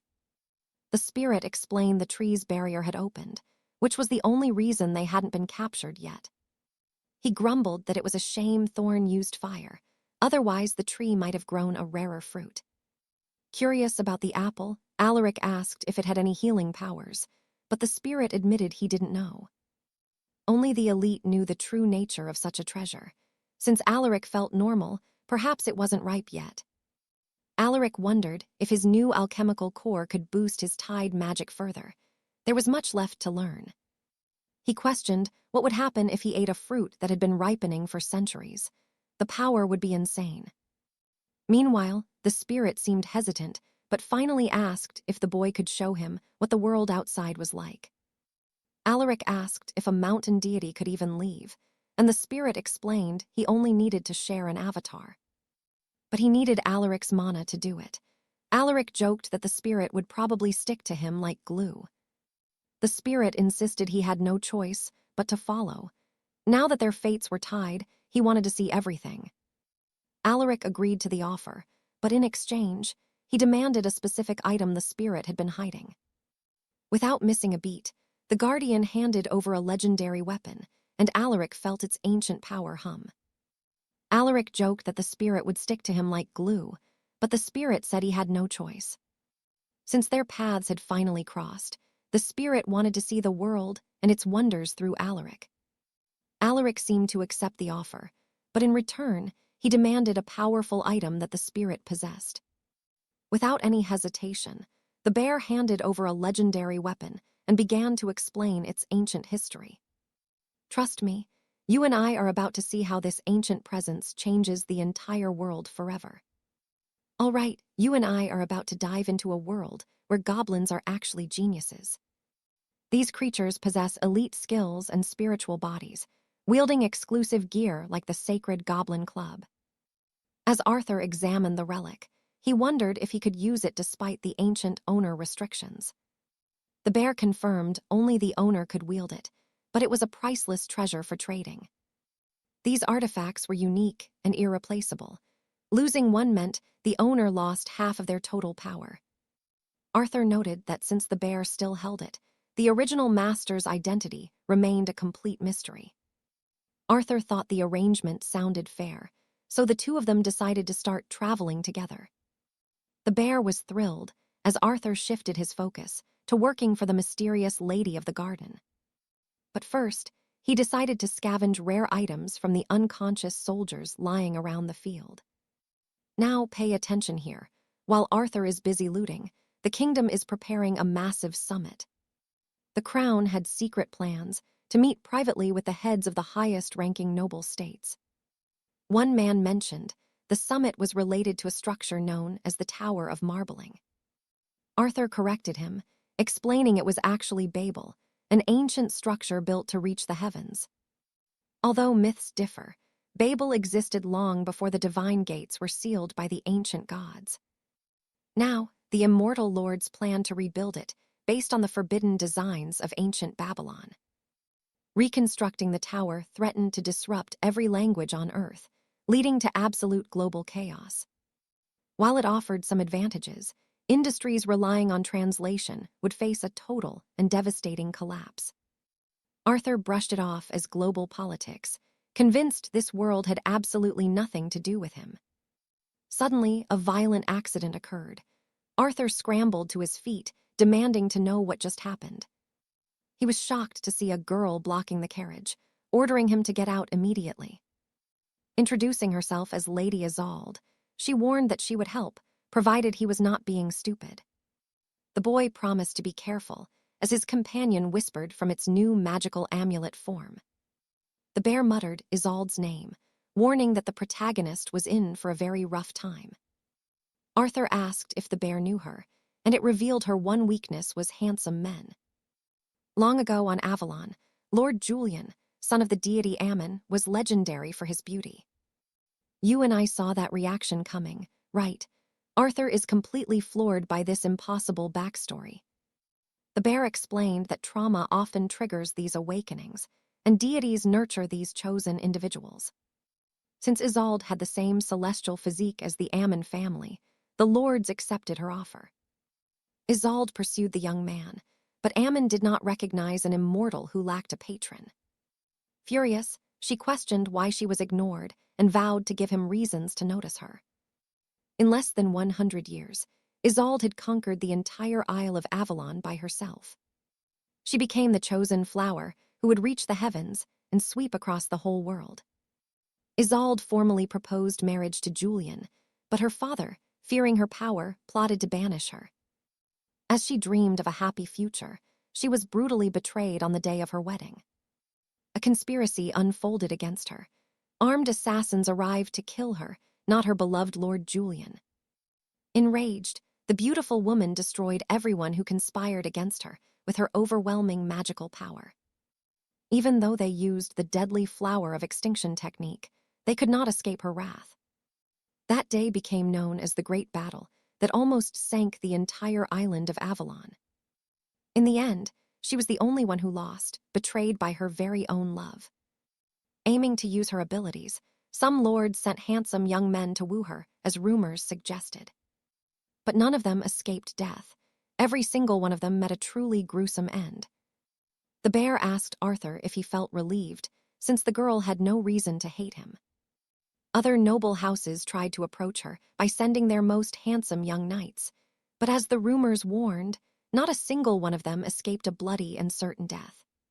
Trust me, the bear thinks Arthur is safe from her wrath, because the protagonist is not exactly a handsome man.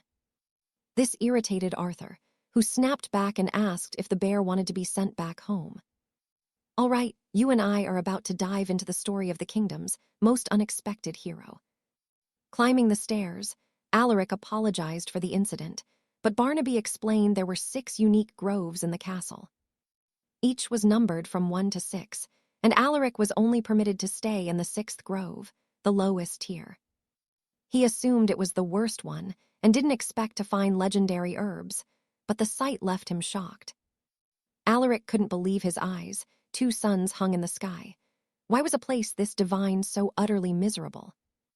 Alara explained that every gate led to a unique realm, a pocket of spacetime hidden within their very world. From this moment on, Alaric was the warden, tasked with tending to the mystical harvest of this sacred land. When he asked about his predecessor, Alara just laughed. This place had been sealed since the last lord died. He realized that, as the common realms grew and people multiplied, the value of ancient herbs would surely skyrocket. Alara noted that while Alaric was in this forgotten place, he would be rich once the harvest finally arrived. With no other gardeners around, he stood to make a fortune. But then, she bid him a sudden farewell. After the girl left, Alaric's communication stone suddenly began to ring, causing him to drop it on the floor. The impact caused the magic on the stone's surface to vanish. In that moment, a dark memory flooded his mind. He recalled the bear's warning and quickly muttered his respect for the girl, hoping she didn't hear him. Now pay attention. This is where Alaric wakes up and realizes his journey has truly begun. The guardian noted Alaric had been unconscious for nearly 2 hours after that massive, clean hit from the energy. It was a clean hit. Barnaby had never seen someone survive such a move without using a specific technique. Even if the 6th grove was the worst, they only grew the most elite, hand-picked seeds in this soil. Barnaby suggested he take advantage of this. Alaric knew Alara was watching his every move until the next season. If he showed real talent, he could request the rights to grow even more legendary plants, like celestial peaches. Perhaps he could even grow something more precious. He saw this garden as his path to further strengthen himself. He swore to protect this land and his family from the dangers of the common world. Nothing would stop him. But first, he had to fix this wasteland. Looking around, Alaric saw nothing but a chaotic, overgrown mess. He reached into his pack only to find his gear was charred. He'd pushed his equipment too far in battle. His sword had saved him 1,000 times, and now it was broken. He whispered a silent thanks to it. Barnaby watched, stunned by Alaric's sincere prayer. It was just a tool, yet he treated it with honor. It was just a broken blade, but it lit up the sky like a star without any regret. The sword transformed into a giant tree, its roots beginning to wrap around the entire area in a heartbeat. Barnaby was speechless. A burned spirit usually took months to heal, but Alaric had restored it so quickly. Now watch this part closely, because Alaric is about to summon something no ordinary mortal could ever control. He ordered the trees to rise, summoning wooden golems to handle the agricultural labor. Barnaby couldn't believe his eyes. Alaric had called forth living spirits, a feat even the highest immortals struggled to achieve. He was unique. Exhausted, Alaric headed inside. The manor was far grander than it appeared from the outside, filled with ancient aura. He sat to meditate, focusing on his breathing to restore his drained energy. The world around him grew silent. Suddenly, he felt a pulse. Something beneath the floorboards was vibrating in perfect sync with his very breath. There was a secret here. Using his remaining power, he tore into the ground to see what was hidden below. Debris flew everywhere as Barnaby shouted in confusion. What on earth was this boy trying to dig up now? Then boom, an explosion rocked the room. Alaric stared into the crater, shocked by the red circle from below. It was a sanguine seal. Barnaby explained that such a barrier only formed from a soul filled with resentment. The pulse was coming from right under that seal. Alaric knew he had to break it to find the truth. He struck the barrier with all his might, finally uncovering a hidden chamber lost to the passage of time. This secret chamber belonged to Alaric, the warden of the 6th grove, who would henceforth be known as the next lord. He would tell of the atrocities committed by the lady of the castle after wandering into a shrine that day. A guardian deity there was possessed by a ghost, and being unable to do much, he feared the very worst.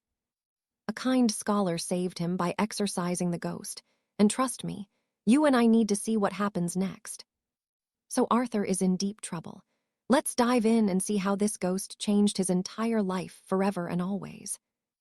If he stayed in the mortal world now, the Ascended would hunt him or spirits would tear him apart without a second thought. But there was hope. The scholar knew of a powerful Ascended master who could finally lead him to safety and true power. Following that advice, Arthur entered the Duchess's pavilion. She told him that with enough dedication, he could actually transcend his mortal shell. However, since he was born a mere mortal, reaching that level was like trying to grab a star from the dark sky. Progress was zero. The poor guy worked every odd job he could find just to survive the harsh world. Soon, his debts were piling up. He felt completely stuck, like there was no way out of this miserable and hollow life. But everything changed. Near age 30, he met a child named Julian, another mortal who had just awakened their own spirit power. The way Julian ended up there was absolutely terrifying. It was a mirror image of how Arthur arrived himself years ago. That is when the truth hit him. He wasn't just haunted by luck, he had been possessed by ghosts from the start. Now pay attention here. The scholar had actually forced those ghosts onto him just to trigger his spirit awakening like a cruel experiment. He was nothing but a pawn on a giant chessboard. Realizing this, he refused to spend his whole life as a servant boy. He bowed to every master of the earth arts, begging for training. He was desperate to take total control of his fate. But even after mastering those skills, his mortal shell couldn't keep up. As he aged, his body started to grow weak and fail. People started calling him foxtail grass. Because of his constant grinding, he was always covered in dirt and dust like the weeds. He was treated like common grass. Looking at his failing body, he truly believed his journey was finally coming to a bitter end. Then, a miracle. The Duchess rewarded his years of sacrifice. She didn't let all that hard work go to waste in the dirt. He was named the Lord of the Sixth Grove. Arthur was overwhelmed. He finally had a place where he truly belonged at last. He swore total loyalty to the Duchess. He would protect the Sixth Grove until his very last breath, no matter the cost to him. From that day on, he mastered the Terra worm arts. He pushed his limits further than any mortal ever had before in history. His strength exploded. He was right on the edge of becoming a true mystic, a rank only the legendary Ascended could ever hope to reach. But there was a catch. The stronger he got, the more his physical body withered. The dark secret was finally revealed to him. The Terra worm art was powerful, sure, but all that energy was actually being siphoned away by the garden's magical herbs surrounding him. I know what you are thinking. He was living fertilizer. And yeah, his life was rapidly fading away while the plants grew stronger. Reading this testament, Arthur was stunned. He'd only seen this kind of twisted stuff on screens. It was all too real and terrifying now. He tried to tell himself he had nothing in common with that man, but the fear was already starting to set in deep within him. The bear explained this was standard. The Ascended use lives like this just to keep their precious ether realm running smoothly every day. Arthur wondered if he'd share that same fate. Was someone actually strong enough to shatter the blood barrier the man had left behind him? If so, that person was truly exceptional. They would have the power to burn down the entire cursed pavilion for good for everyone. To save the others, he had to escape with the stolen treasure. He would risk his life to protect what he had found in there. Arthur looked at the items. Did they belong to the people in that sad testament? He began checking the mysterious contents once again. They were mandrake seeds, cultivated by people from across the great oceans. Rare and dangerous things to be holding in his hands. He picked up another strange object. The book didn't say a word about it, so he asked the bear for help. The bear said it looked like an old container, used for drawing holy lots in the high mountain temple ceremonies. Arthur realized the rhythmic thumping wasn't the seeds. It was coming from inside this container. It felt like a heartbeat in his palm. Should he use it to grow something? Suddenly, boom, the object erupted, resisting the surge of power within Arthur's own body. He grabbed it again. It felt familiar. Was it a blade hilt? He couldn't quite tell what he was holding on to yet. The bear revealed it was a sword, while the Duchess analyzed the traveler's every move from her high and lonely throne. A young girl appeared, claiming things were urgent. She said they had to move now, even if it seemed a bit rude. She heard a treasure was hidden in the main palace. She wanted the seven-splinter blade returned to its rightful owners immediately and without delay. That blade was a freak of nature, highly valuable, even in the ancient lands where it was first forged so many centuries ago. The country it came from never truly found its footing. It struggled to survive against its more powerful and aggressive neighbors nearby. Out of the Tri-Kingdoms, Eldoria was the weakest. It lacked the sheer military might needed to build a lasting and powerful empire of its own. The city of 𝒐𝒓𝒆 was built by a man with a corrupted physique, but Northspire, that was a different story entirely for the people. Trust me, that city was built by a saint blessed by the spirits of ancient northern kings who ruled long ago. All right, you and I are starting with a legend, a king who rose through sheer human strength. He eventually mastered his mundane physique and unlocked the Aurum affinity, becoming an absolute beast in combat. He managed his energy alone. Even though Alaric was human, he was a once-in-a-lifetime genius. But as time passed, without his unique skills, the kingdom began to fall into a quiet decline. Even the traces of its existence faded, but the legacy of the Saint Prince still stands today.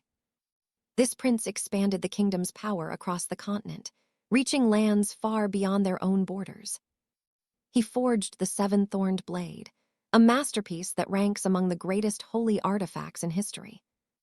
Back in the present, a woman asks if they've found the blade. The girl says that's everything.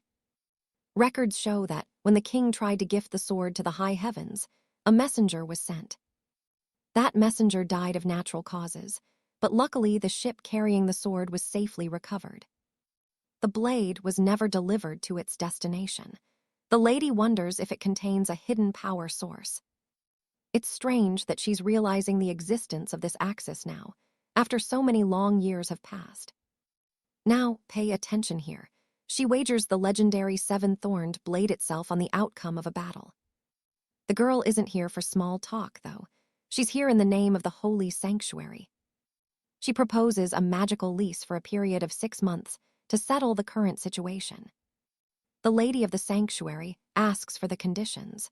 The girl wagers the seven-thorned blade itself.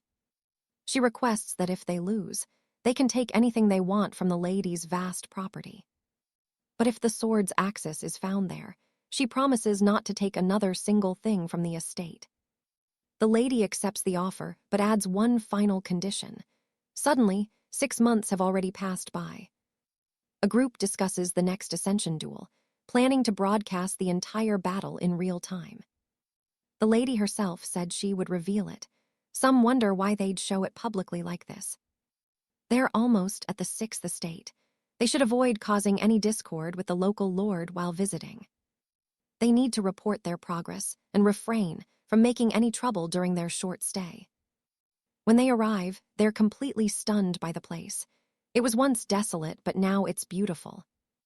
In the background, our hero Alistair is just chilling and eating while he notices the guests have arrived. A young man is shocked by Alistair's behavior, watching him relax and eat while they're standing there. He tells Alistair to show some respect. Alistair stands up and greets them with a simple hello. He introduces himself as Alistair, the Lord of the 6th Estate. A boy named Lucas steps forward. Lucas is here to report the estate's progress, pulling up a magical interface on his personal device. You and I can see Alistair doesn't trust most knights, but Lucas seems humble and genuinely different. Alistair asks if the Ascension duel is about to start. They confirm it's exactly what they've planned. Even the Supreme Knight and top-ranked players will be participating in this massive, high-stakes tournament event. Alistair admits he hasn't heard about it since he rarely leaves his estate, then looks at Lucas. Lucas responds that things just worked out that way. He's been preparing himself for this major battle. He awakened his spiritual body after the shock of losing his family in a bombing during the war. He joined the Order of the Rose. Even if he's young, his talent shines brighter than almost anyone. He's a true talent who finally met a master, and Alastair thinks this boy is genuinely different. He carries himself with real honor, even apologizing for the bad behavior of his own high-ranking servants. Alastair can't believe this kid is already heading into such a massive and legendary ascension duel. He bets Lucas is the strongest fighter there. Lucas just says he's still quite weak despite everything. The lady gave him this big opportunity, but the competition is filled with absolute, god-tier monsters. Gareth is said to be from a divine bloodline. Lucas feels lucky just to face someone that powerful. Alastair watches the boy, analyzing his potential while the group from the Order discusses their next moves. The sanctuary accepted their proposal, and the people support them for killing those dangerous creatures recently. And trust me, you and I just watched the stage being set for an epic battle of pride. All right, you and I are about to witness some serious political drama and a legendary magic duel. A maid interrupted the council, announcing that the Lord of the Sixth Estate had arrived to see the Duchess. The Duchess made him wait since they were in a private family meeting, but the maid insisted Alaric offended her. A young noble became furious, standing up to demand if this newcomer really dared to challenge their house's honor. The Duchess disagreed, saying it was a perfect time to test Alaric, as rumors said he was hiding his strength. People whispered he stayed in the lower ranks because he feared competition. If the boy hated gossip, he should prove it. He needed to accept the challenge immediately and show the court the true skills of a knight of the realm. Watching the tension, the High Lady asked if he could actually defeat him, but the young knight seemed quite hesitant. Soon enough, the two were locked in a duel while the Duchess and several others watched from the high balcony. The rival glared at Alaric, warning him not to blame anyone when he was burned to a crisp by magic. Alaric realized the young man was staring at him with murderous intent. Then, the judge announced the battle could begin. The rival started throwing massive spells at Alaric, who used his own earth magic to defend against the sudden barrage. His opponent mocked him, asking if he really thought a shield of mere leaves could stop a real knight's fury. Stick with me here, because the rival is about to drop something massive. He summoned a terrifying, magical meteor. With a threatening look, he declared it was the end for Alaric and launched the devastating spell at his head. Alaric didn't flinch, preparing his own counterspell and calmly stating that he would be the one ending this instantly. The spells collided, but Alaric's magic easily blocked the attack and started absorbing the boy's power, leaving him completely shocked. A giant explosion engulfed the arena. Suddenly, a mysterious man appeared in the smoke to stop the final lethal blow. He apologized for interfering, standing before Alaric as a powerful stranger who refused to let a young child die. He knew the winner was already decided. The rival protested, claiming he could still fight and the man shouldn't interfere. The stranger replied that victory clearly belonged to Alaric, whose incredible talents would never bring disgrace to their noble pavilion. The High Lady remained silent before stating she accepted the outcome, as the man's words carried immense weight. You and I both know talent like that is rare. She summoned Alaric to her side immediately afterward. While Alaric approached, the rival watched the stranger, wondering who this man with such authority could possibly be. Later, the Duchess questioned Alaric about his training over the past 6 months and how he got strong so fast.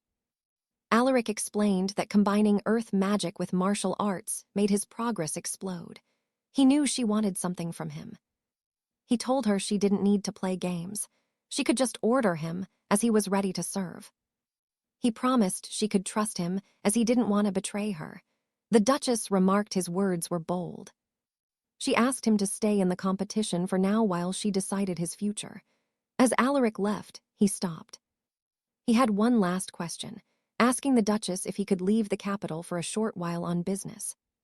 Sometime later, Alaric was walking alongside the mysterious man from earlier, reflecting on the Duchess's choice for a companion. He hadn't expected this man to be his partner. Alaric finally worked up the courage to ask for his name. The man introduced himself as Dan Diok, but told Alaric he could just call him Rim if he wanted to. Alaric noticed that unlike their first meeting, this man was actually quite flexible. He asked Rim to grab a drink. Sometime later, the two were enjoying themselves while walking through the city, truly happy to have each other's company. Rim admitted that while he knew the stories, the human world was incomparable to the higher realms he lived in. Alaric was pleased his new friend was having fun. He asked if immortals often visited the world of living men. The man responded that yes, after he died in the human world, he became an immortal with the Duchess's help. However, he was devastated to find out he would live in the higher realm and not his true human home. It was a heavy realization that he would live forever in paradise, but never see his old life again.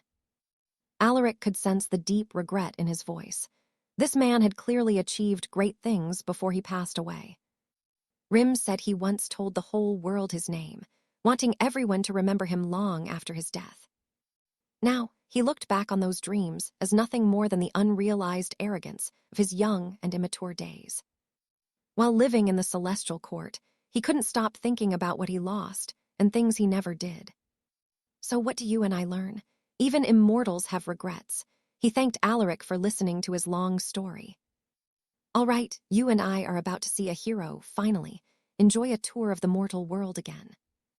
But in the background, a mob is screaming for justice, demanding the High Lord stop sacrificing innocent commoners. Roland asks Alistair if he gets it. Alistair is stunned that a leader would actually slaughter his own subjects. Cedric is absolutely livid, declaring they need to go find this corrupt ruler right now. But Alistair tells them to wait. A massive black ring is forming in the sky above them. Is it an eclipse? Suddenly, a dark aura chokes the air, and a massive explosion rocks the entire city. Panic hits. People are running for their lives as a man sneers that these peasants don't know their place. Enraged, Alistair charges, slamming the guy with his tool and seemingly putting him down immediately. Then voices cry out for help. Before Alistair can move, he's struck by a powerful, unseen force. The attacker sneers, surprised to find him here. He tells Alistair he wandered into the wrong kingdom and will die. Alistair feels the energy. This guy is an agent of the Shadow Order, and his power feels absolutely disgusting. Watch this closely. The enemy is openly radiating pure bloodlust as he prepares to finish Alistair for good. Alistair asks if he was close with the loser he just floored, then tells him to keep talking. He says no matter what, this monster is going to pay for every single crime he has ever committed. Alistair asks what crimes he means, then starts a new spell that begins to flood the entire area. He shouts that the villain is the one who needs to pay, and a mysterious energy starts to surge. Suddenly, wooden golems rise up, swarming the man and crushing his henchmen in a matter of seconds. The lead woman screams, ordering her guards to release the phantoms so they can tear Alistair limb from limb. A horde of ghosts is unleashed, flying straight for our protagonist with terrifying speed. Alistair didn't want to use this, but he's glad he bought that special pipe back at the town market. He inhales, and instantly his strength and focus explode. He's faster and tougher than ever before. Alistair grabs a thick root, telling them he won't miss, and starts taking them out one by one. The woman laughs, saying a few trees can't stop her. It's like trying to break a mountain with a toothpick. She demands her soldiers release even more phantoms to trap Alistair in a cage of pure darkness. But seconds later, blood sprays from her mouth. Her subordinates collapse, screaming in absolute agony. They howl for help as their bodies fail them. Alistair watches, completely unmoved by their suffering. Alistair asks if she really thought he was crazy enough to fight her with a normal sword. Coughing in the smoke, the woman realizes exactly what's happening. The realization is terrifying. I know what you're thinking. A drug. Yeah, it heals Alistair, but that smoke is lethal to everyone else. With her last breath, she cries out for her father. Then, a massive explosion levels the ground. A man appears, mockingly asking if she meant her father, while another knight holds him firmly in place. Alistair realizes the young man before him is Saint Malachi, a powerful being from the celestial realm. Saint Malachi tosses a man to the dirt. The guy cries out, asking who these people even are. Cedric tells him his identity doesn't matter. What matters is the unforgivable sin he committed against these people. The saint just starts laughing. He asks if they've finished their little speech before he sends them to hell. He says since they're so curious, he'll make sure not a single mortal leaves this place alive today. Alistair sees the saint isn't just absorbing corpses, he's stealing their actual strength to power himself up. He wonders why they'd use innocent souls for this.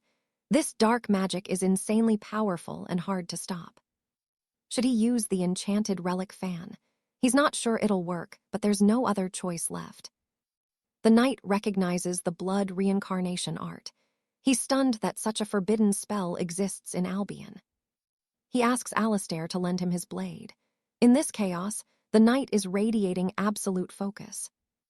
Alistair hands over the weapon. With one massive swing, the knight splits the dark sphere in half. He shouts that being an immortal doesn't give anyone the right to butcher innocent commoners. Sacrificing fellow immortals and stealing lives are crimes that even the heavens won't forgive. But you and I know that sacrificing immortals is a crime that can never be forgiven. Stick with me. We are about to see a hero punished just for being too powerful for the gods to handle. The punishment began with a brutal flurry of strikes, and in mere seconds, the young man was cut down by the law's swift and merciless blade. The public hailed the swift arrest of those terrorists from the Crimson Brotherhood, while a noble lady watched the news with intense focus. On screen, a man was giving his heated opinion. He claimed the authorities did absolutely nothing, only standing by to film the chaos. According to him, they were just useless spectators at the scene. Everyone had to watch that footage, because those two were actually legendary heroes. Suddenly, the identities of our protagonist and his friend were leaked on screen. The anchors froze, calling his face familiar. Did the public remember the man who appeared a year and a half ago? Now watch this part closely.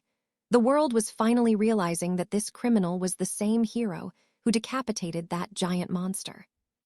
Cut to later, where Arthur was bowing before his lady in shame. He admitted he wasn't worthy of serving the high sanctum anymore. He swore to accept any sentence she handed down without a word.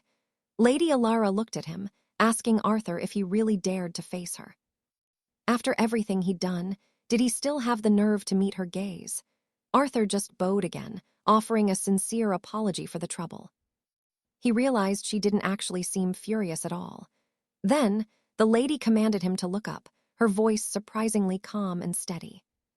She wasn't saying his actions were evil, but she was definitely scolding him for being so reckless. She told Arthur to prepare for his disciplinary hearing. With that, she dismissed them both from her presence. A few days later, Arthur finally made it back to his peaceful garden. It felt like years since he'd last been there. He took a deep breath, relieved to finally see his sanctuary again after the chaos. He picked up the old notes, still stunned by what he discovered inside that hidden statue. He never imagined it held such a strange secret. He initially thought it was just a regular relic with no magic. Suddenly, his spirit bear hopped onto his head, recognizing the ancient handwriting on the scroll. Arthur asked if that royal family had wronged him. The spirit hissed, blaming them for the fact that he was stuck in this fluffy body. Ignoring the bear's grumbling, Arthur began to study the scroll. At first glance, the parchment didn't look like anything special at all. But as he read, he realized the truth. Without a doubt, this was the work of the legendary King Alaric himself. The king wrote that he knew his time was running out, but he wasn't afraid of death. He was ready to face whatever came next. His only true fear was outliving his own son. Beyond that, his mind was heavy with worries for the people he would leave behind. Prince Henry was wasting away daily due to a god's cruel curse. That's why the king was so desperate to find a solution. He feared that once he passed, a puppet of the celestial court would seize the throne. That would lead the kingdom into absolute ruin. The land would be soaked in the blood and tears of the innocent. History had already shown him how much the gods could destroy. Countless lives had been lost to the whims of the divine. He refused to let the gods treat their world like a mere toy again. You and I both know humans cannot fight gods alone, but let us see the secret weapon the king left behind. He spoke of an ancient war and a set of mystical runes. Legend said that if these letters were combined, true power would manifest. The symbols acted like a magical verse, holding raw power within the script itself. If anyone could master them, they'd become unstoppable. Creating a full text with them would allow for something incredible. Arthur realized the king was trying to build a new language system. He was essentially inventing a mystical alphabet for the people. The bear admitted the kid's brilliance was famous, even among the gods. If the king had lived just one more year, he would have finished it. However, Arthur quickly suspected the man had already succeeded. He kept reading, convinced the king had actually mastered the runes. The text explained that anyone could activate this power through simple literacy. If you could read and write, you could channel the magic of the letters. It was a power meant for every single citizen. His dying wish was that these 28 characters would never vanish. He wanted the common folk to easily achieve their greatest dreams. Arthur was deeply moved as he finished reading the ancient book. He realized the king's beautiful dream had finally become a reality. He whispered a silent thank you to the late monarch. The future King Alaric fought for was now right in his hands. Arthur tested the runes, and suddenly the wooden blocks began to levitate. He was absolutely stunned by the raw force he was feeling. This was the true power of words and sounds, just as the king intended. It was a system designed to empower the masses. If you could visualize the word in your mind, you could manifest its power. Arthur took a breath and whispered a single command. The word was ignite. Instantly, the targets burst into flames. Arthur was mesmerized by the fire dancing right in front of his eyes. He kept experimenting, feeding the flames with more words. The little bear woke up, grumbling about all the noise and heat in the garden. He shrieked, asking why Arthur was playing with fire in broad daylight. He hopped onto his head, completely baffled and panicked. How could a kid who needed a spirit for fire suddenly do this alone? He warned Arthur to be careful before he burned the house down. Arthur noticed that the louder he shouted the command, the stronger the fire became. Trust me, you and I need to see what happens next. All right, stick with me as Arthur wonders if the fire wouldn't spread unless he shouted, growing stronger with every single scream he let out. Alastair realized that the more he spoke the word, the more it drained him, forcing him to reconsider his strategy. If he could forge a longer, more complex phrase, the resulting power would be far more devastating and efficient for him. All right, you and I are about to see if Alastair can actually pull off this insane new technique right now. Absolutely nothing happened.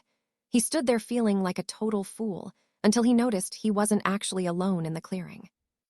Lady Seraphina was watching, a sly grin on her face after witnessing his entire embarrassing display of failed magic.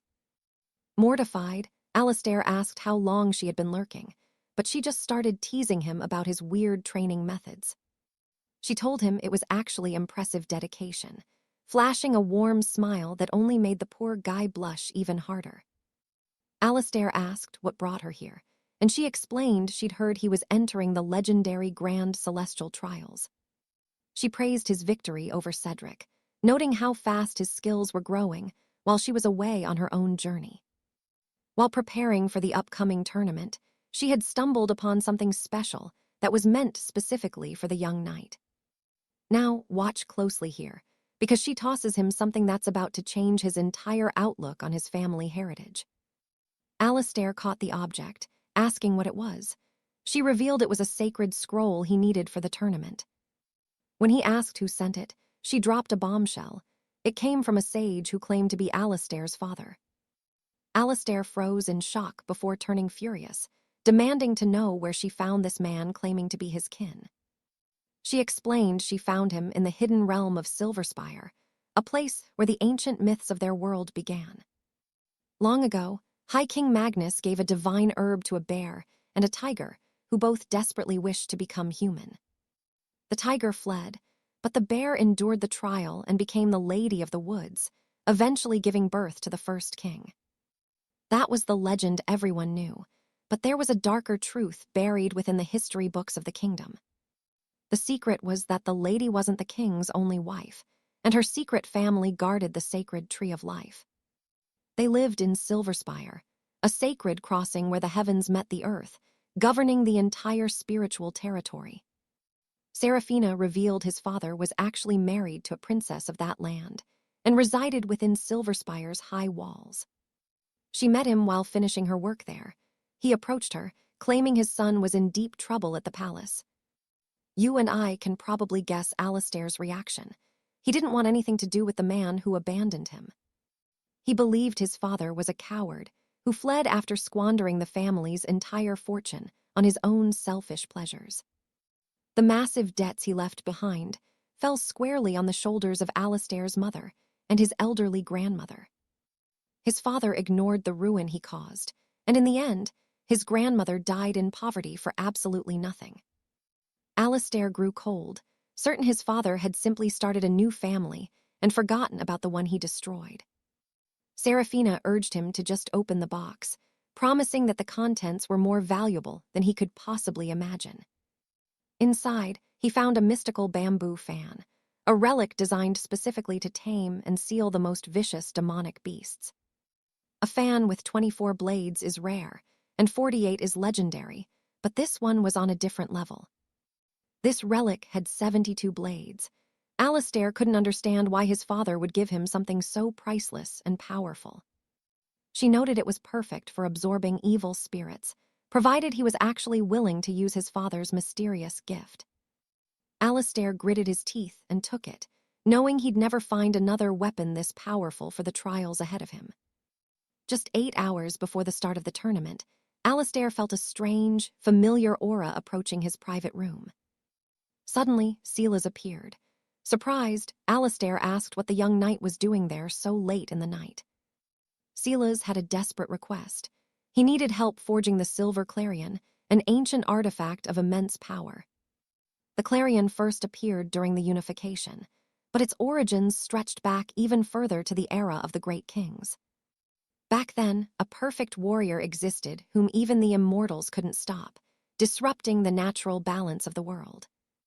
The immortals lost their influence, allowing the Leviathan Lord to rise and unleash a catastrophic disaster upon all the humans. Desperate for survival, the 3 warring kingdoms formed a temporary alliance to find a way to stop the carnage. The grandmasters of those kingdoms joined forces to create a celestial masterwork, the legendary silver clarion of order. But it was so dangerous they placed 2 seals on it. It could never leave the land or harm the people. The relic was used once to slay the Leviathan Lord before vanishing into history, hidden from the eyes of men. And trust me, you and I are about to find out exactly why Alistair is the only one who can bring it back. 𝒐𝒄𝒆 believed Alistair held the final key. Bridge at night, bridge 1, hook. All right, you and I are diving into a heist where the guards are thin and Arthur eyes the obsidian briar. This plant is vital for their new elixir, but stealing it might tip off Lady Alinar and spark a major war. Arthur realizes Cedric is ready to take full responsibility, likely driven by the suffering they witnessed back in Westford. But he sees Cedric isn't like other greedy immortals. Finding a man of honor in this kingdom is truly rare. Arthur decides he's in. He won't let a good man suffer for trying to help his people. He has to help. Having someone this dedicated on his side is a blessing. Turning his back on such a noble cause would be terrible. Cedric is happy, knowing the boy wouldn't let him down. He tells Arthur they need to leave immediately. Let's go. They arrive to find a massive island floating in the clouds. It's an incredible sight, but a deadly magical trap. Cedric explains it's an artificial space forged by the High Spire. Rewriting the runic formula is the only way in. Cedric tosses a small wooden carving that erupts into a majestic black stallion. Magic in this world is next level. Take my hand, he shouts as they gallop through the sky. Cedric swears no enemy will touch the boy today. Bridge at night, bridge 2, tension builder. Now pay attention, because the sky isn't empty. A swarm of flying sea serpents is closing in fast. Cedric drops Arthur on the island and charges back to distract them. But Arthur knows his friend faces huge problems. Deciding to ingest the mandrake essence, he recalls the proper chants. The longer and more meaningful the sentence, the better. Arthur roars the word fast, and suddenly, he's a blur of motion, tearing across the island's strange and dangerous terrain. He feels 2 pulses of magic. He's praying one of them leads to the obsidian lake, the island's power source. Suddenly, a giant lizard drake lunges. Arthur barely dodges the strike. This creature is stronger than a celestial immortal knight. If it had the wood attribute, Arthur would be at a disadvantage, but he's got an ace up his sleeve. He has already taken the essence, so it will be hard for them to get past him as they charge. Arthur shouts appear, and a massive brown bear manifests. The lizards try to run, but the Ursine guardian gives chase. Keep waving the fan, the bear growls. Arthur realizes he's the fire king of the mountains. He's a true legend. Bridge at night, Bridge 3. Pivot. You and I both know these mountain spirits are bad news, especially the ones with evil names.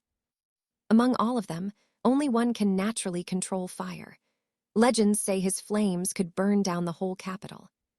To stop him, they built a massive lake to suppress his heat for years. The creatures flee from his power. The bear asks the boy for help. Arthur finds it weird they're running right toward the strongest energy source. The obsidian lake must be providing nutrients to the island. From a tree, Arthur sees them fleeing toward a temple. He wonders if that is the lake or just stone. The little bear wants to be let down right there. Arthur warns him not to regret it. He waves the fan, and the cub transforms into a massive predator. The beast remarks that they are weak, but inside the cave, something dark is watching their every move with hunger. Suddenly, a water bubble traps the bear. Arthur leaps into action, using his skills to burst the sphere and help. Arthur waves the fan and the bear transforms, defeating the lizards. The beast calls them weak, but someone is watching. From the cave, a creature traps the bear in a water bubble. The animal screams for Arthur to help him. He bursts the bubble easily. Arthur realizes this creature must be the fertilizer for the island. It's a living engine. The little bear is shocked to see a creature hiding inside. Arthur wonders if it's a baby leviathan of legend. If the baby is this huge, imagine it as an adult. Arthur is surprised it's not a lake but a beast. It's a divine beast trapped for ego. The bear notes that while it's a baby, it's 2,000 years old. It's using its techniques uncontrollably. It seems like the creature doesn't even know the basics of combat or magic. Arthur grips his fan, saying this is actually good for the bear. The frightened small animal asks what he means. Arthur waves the fan, promising a jar of honey for the trouble. Then, he traps both creatures inside the fan. Inside the item, the 2 beasts start a massive fight. Arthur is pleased to see they both fit inside. He closes the fan, ready to leave. Later, Arthur reunites with Cedric, who thanks him for helping them escape safely. Arthur wonders why Cedric is so out of breath. Then he notices his companion is bleeding out from deep wounds. Cedric says not to worry, he just needs rest to recover, but Arthur is concerned they fight again soon. Arthur is concerned, knowing the battle ahead. Cedric hands him a mysterious relic as payment for the difficult task. Bridge at night, Bridge 4, closer. He explains it was crafted by the twin smiths. You and I know he earned every bit of it. All right, you and I are diving into a story of dragons and ancient secrets within the hidden Rosewood Sanctuary garden today. Derek wishes he could offer more than just these few items he managed to secure for his younger brother here. Arthur stays quiet, observing everything, as Derek tells him not to look so gloomy because he deserves much more. But Arthur knows the mission is far from over. He still needs the Clarion of Concord to escape Lord Valerius. He worries a moment might come where escaping Valerius's shadow becomes completely impossible for them both to handle. As they walk away together, Derek smiles, relieved that the young boy hasn't let his new power go to his head. Arthur admires Derek's strength, promising that one day he will be strong enough to truly call him his brother. The announcer shouts that they are at Azure Port, and you can already feel the raw energy in the air. Pay attention here. The rules are simple, just like before, with only one winning team taking home the glory. People are already whispering that this year is totally unfair, since the fighters come from such different worlds. Arthur keeps his eyes on Derek, wondering how he recovered from his brutal injuries so fast before the start. Leaders from every kingdom send their greetings to the Sea Dragon King, seeking his favor for the upcoming battles. They know they are guests in his sacred domain, so they must show the proper respect to the dragon. Suddenly, the high mages begin to weave their spells, shifting the very ocean between the two great empires. The islands connect as the sea dragon's magic synchronizes with the mages, forging a brand new field of battle. Every participant was handpicked by the High Council and tested to ensure they met the requirements of each land. A masked woman named Seraphina steps forward, swearing to judge these trials with absolute honor and her very life. Seraphina vows to protect the kingdom, just as a second masked man named Alistair steps into the arena light.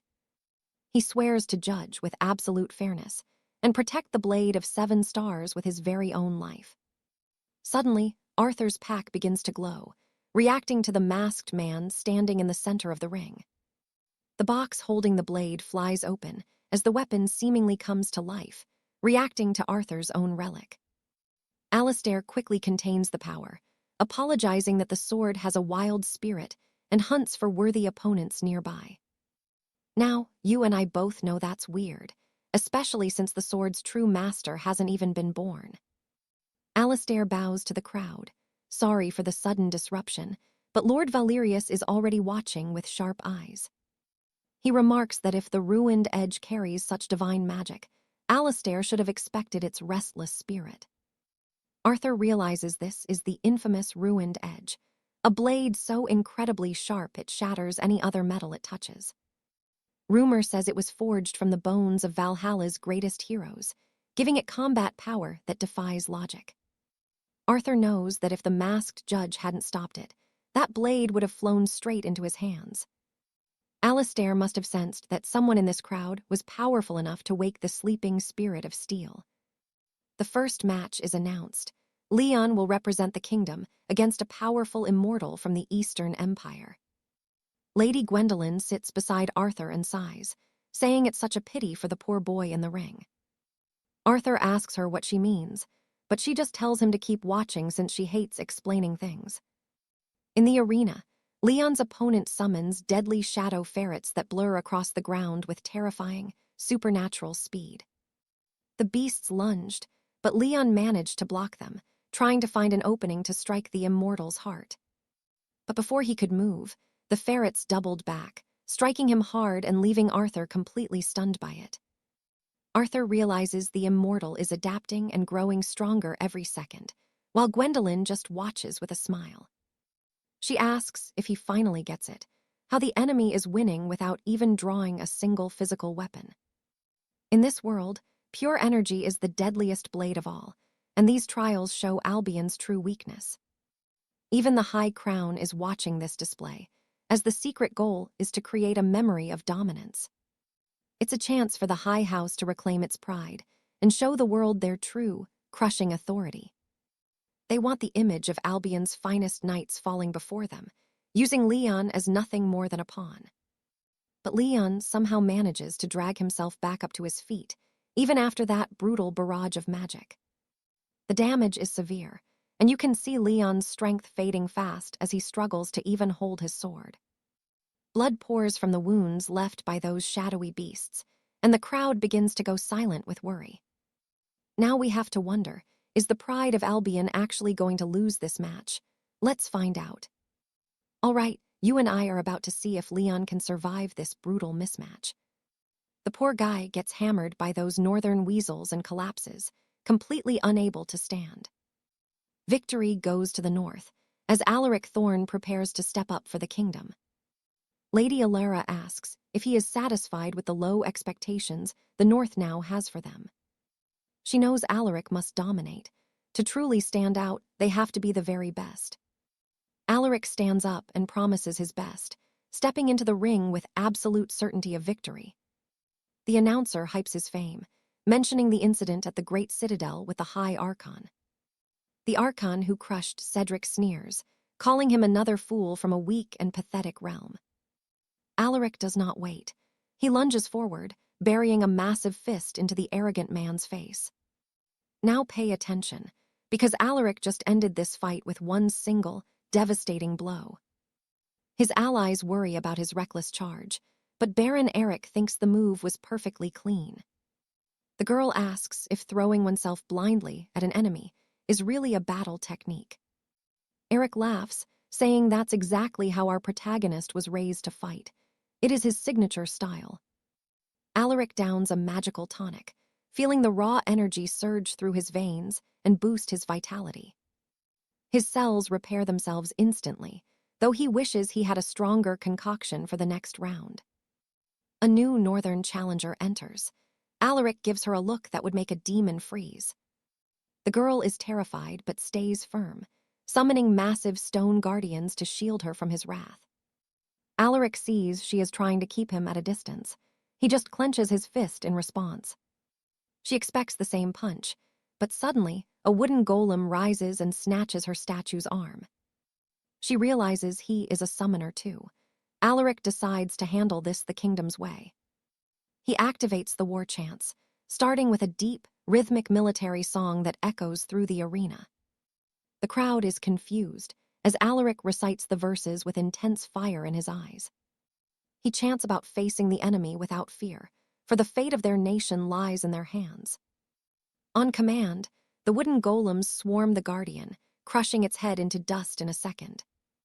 Alaric smiles, satisfied with the results of his plan as the crowd watches in absolute shock. You and I can see he's holding back, hiding his true power from the next set of opponents. This whole tournament is just a show for the noble houses, and Cedric was the tragic bait. Leon played his humiliating part perfectly, but Alaric has no intention of being a mere extra here. He is going to be the main character of this story, no matter what the High Lords think. 2 northern knights have fallen. Now, he faces a true master sentinel in a high-stakes duel. The crowd waits to see if Alaric can survive against such a lethal, elite northern assassin. The man's aura is dark. He is a shadow blade, a killer unlike anything Alaric has faced. He is far stronger than a common archon. This is a pure, concentrated level of lethal intent. The assassin hurls explosive daggers, but Alaric's wooden dolls intercept them just in time. A massive blast rocks the arena. The shadow blade strikes again, nearly catching Alaric off guard. Another explosion sends him flying. As the assassin goes for the kill, Alaric counters with a spell. That was close. He was almost sliced in half, so it is time to stop holding back now. Alaric summons his bear spirit, who grumbles about being left alone to deal with this annoying fly. Alaric just smiles, promising to explain the details later as he focuses entirely on his deadly opponent. He notices the crest of House Valerius on the man's armor, the pride of the solar raven. The bear spirit roars, deciding to vent its frustration on the shadow blade with a flurry of strikes. He claims a master sentinel is no match for him and starts melting the man's heavy armor. Satisfied with the chaos, the bear believes he has won this easily as the assassin begins to buckle. He moves for the final blow, but Alaric suddenly tells him to wait. Trust me, you and I are about to see something very strange happen. All right, you and I are watching as that molten armor shifts toward the bear. It is living, malleable magic metal. The bear cries for help from Alaric, begging for freezing energy. In that moment, our young hero realizes he can help. He decides to send his frost magic forward. Watching this, the spirit notices that the power feels familiar to its past. Suddenly, a massive ancient spirit appears before him. The bear is desperate now, begging for its release from this icy prison. It screams for someone to stop the spirit. Up in the booths, the announcers watch the scene in total, absolute shock. Alaric's incredible frost technique is chilling the entire arena. Soon, the Shadow Knight appears through the mist, eyes filled with tears. He stares intensely at Alaric, thinking this should be enough. Losing is humiliating, and the man seems completely drained of strength. He is probably ready to surrender. However, a noblewoman steps forward instead. A heavy, crushing aura begins to surround the woman. She declares that this was meant to be a peaceful fight between kingdoms, a simple event created to show off their talents. She doesn't want to risk the lives of two great knights today. Alaric watches the whole situation unfold while remaining silent. Pay attention now, because Alaric's friends are watching closely. Our hero realizes that he simply cannot afford to die here today. He remembers that the knight was a favor from the high citadel. Losing him would be a disaster for everyone involved here. The lady admits she feels ashamed for her interference. She felt pity for the fighter and decided to stop the duel herself. For that reason, they have the right to withdraw their participant. The duel ends right there before a winner is declared. Alaric is stunned by this sudden turn. The lady thanks him, stating the young man has now won 3 times today. She is impressed by his incredible skills and items. Alaric thinks her praise is insulting, since he could have done much better. If only he had been warned about the duel earlier, he thinks. The woman asks what he is talking about with frustration. Alaric says her interference probably brought him more fame. He asks if she thinks all commoners are just a bunch of idiots. The Shadow Knight glares at him with a threatening look. Alaric watches the man, actually starting to feel a little bit sorry. He soon meets up with another girl who says he did a fine job. It was a shame, but Alaric says it's okay. However, she clarifies she isn't talking about his skill. In these grand shows, men like him are just called disposable producers. Even with great skills, they can be discarded in seconds. Alaric did his best, but leaving now is better for the boy's image. He basically gave up to make the other look good. Our hero thinks this is like benching a star player who would win. He is certain the audience won't celebrate this boring decision. There was too much drama for it to end like this. Alaric says he didn't think she cared about these things. She responds that everyone follows the latest rumors and social trends nowadays. Is it strange to follow the world? She asks. Alaric respects her modern outlook. Meanwhile, the announcer starts calling the next duelists. Now watch this, because the ground suddenly starts to shake. A massive tsunami begins to tower over the entire tournament arena. A man's voice demands to know where the traitors are. Alaric is confused, while the girl says these are the Tide Princes. They are the heirs of the Water Sovereign. The man screams that he wants no excuses for the disrespect shown to them. They violated the dragon walls, he shouts. He claims they used the duel to exchange treasures away from the king's eyes. He demands they hand over the traitors right now, but he won't fail to deliver his father's final, crushing message to everyone. Return the 7 branched swords immediately. If they show sincerity and apologize, his father might actually forgive their grave insults. However, the crowd refuses to listen to his demands.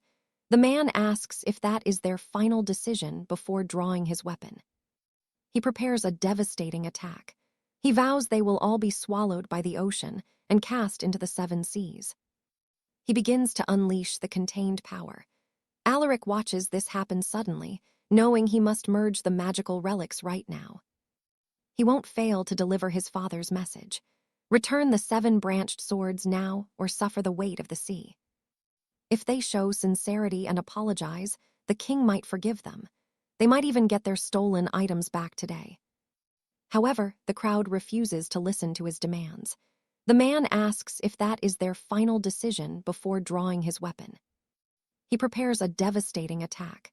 He vows they will all be swallowed by the ocean and cast into the deep 7 seas. He begins to unleash the contained power. Alaric watches this happen suddenly, knowing he must merge the magical relics right now. He needs to take advantage of the chaos. He quickly looks for his target, hoping the resonance between the swords will work.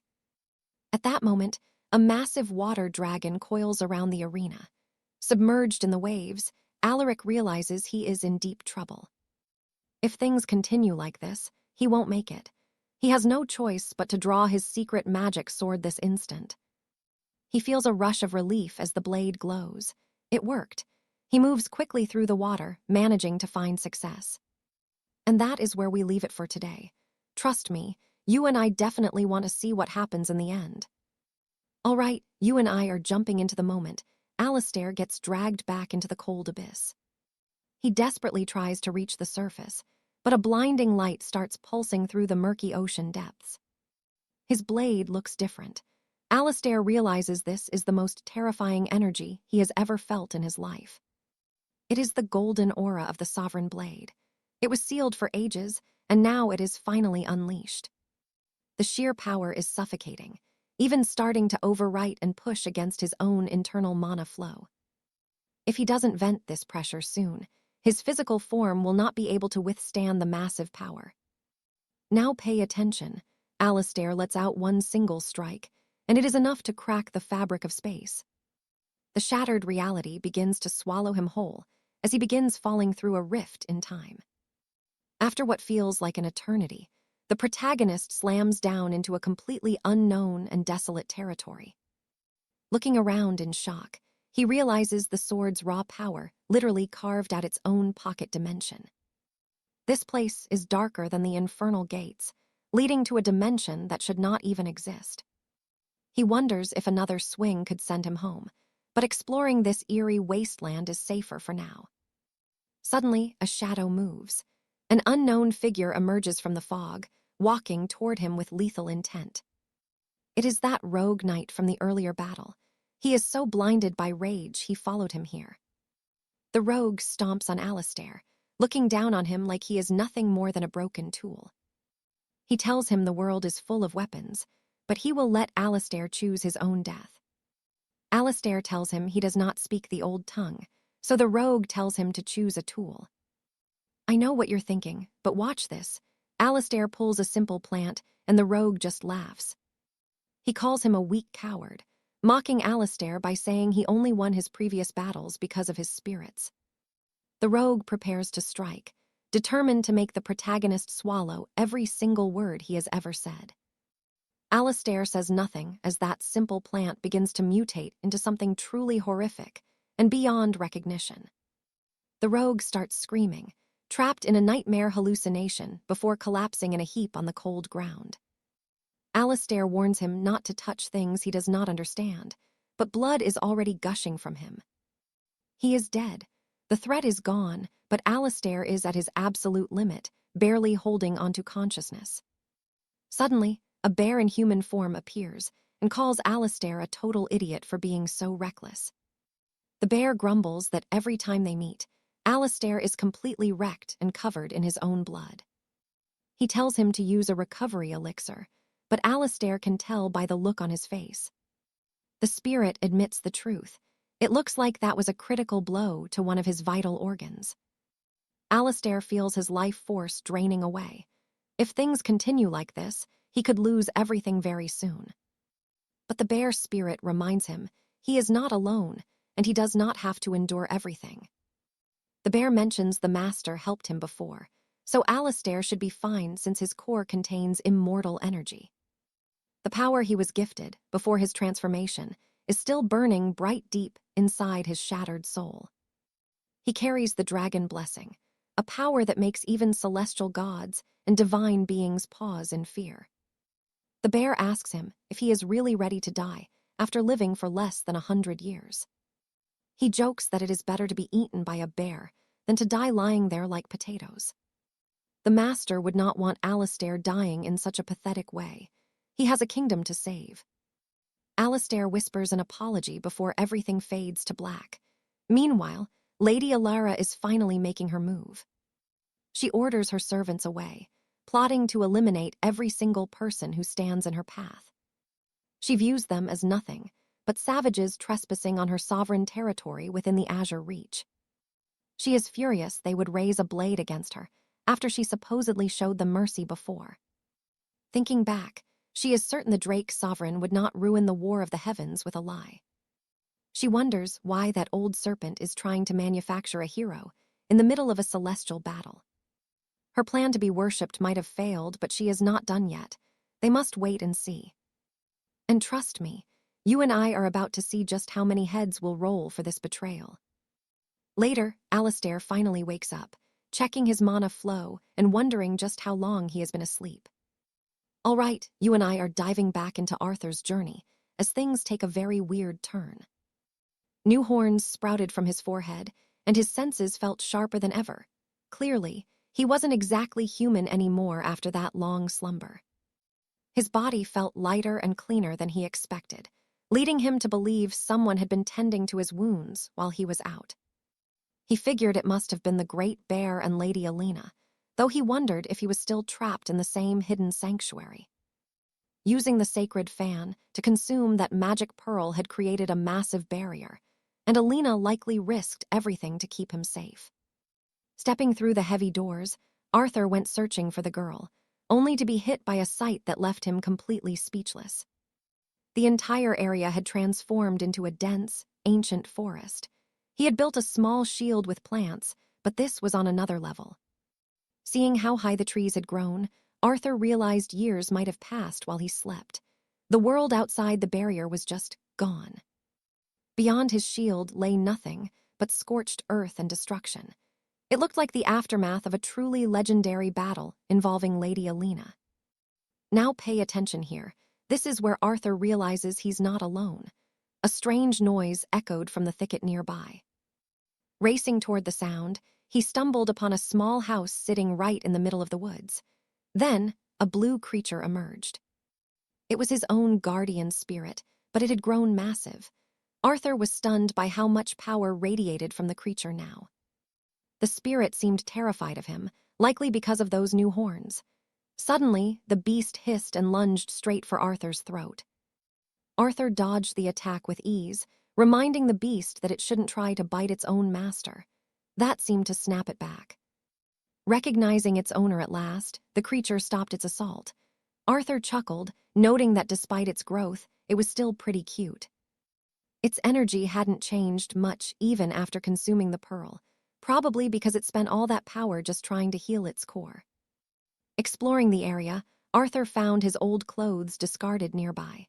He searched for anything useful and spotted a mysterious, dusty scroll. The script looked like the ancient tongue of the Shadow Knights. Arthur wondered if this was a secret technique left by a master. The spirit had mentioned the crest of House Blackwood during the trials, one of the legendary secrets of the Great Raven Guard. These clothes belonged to the Shadow Knights. He wondered if they possessed the legendary ability to shift forms, which would be very useful. Wearing them for now seemed like a good idea. Shortly after, the young hero sensed a powerful presence approaching from the battle site. He looked out, wondering what was happening. He could feel the energy coming from the exact spot where the previous fight had occurred. Peering through the trees, he saw a group of outsiders desperately trying to hack their way through his protective magical barrier.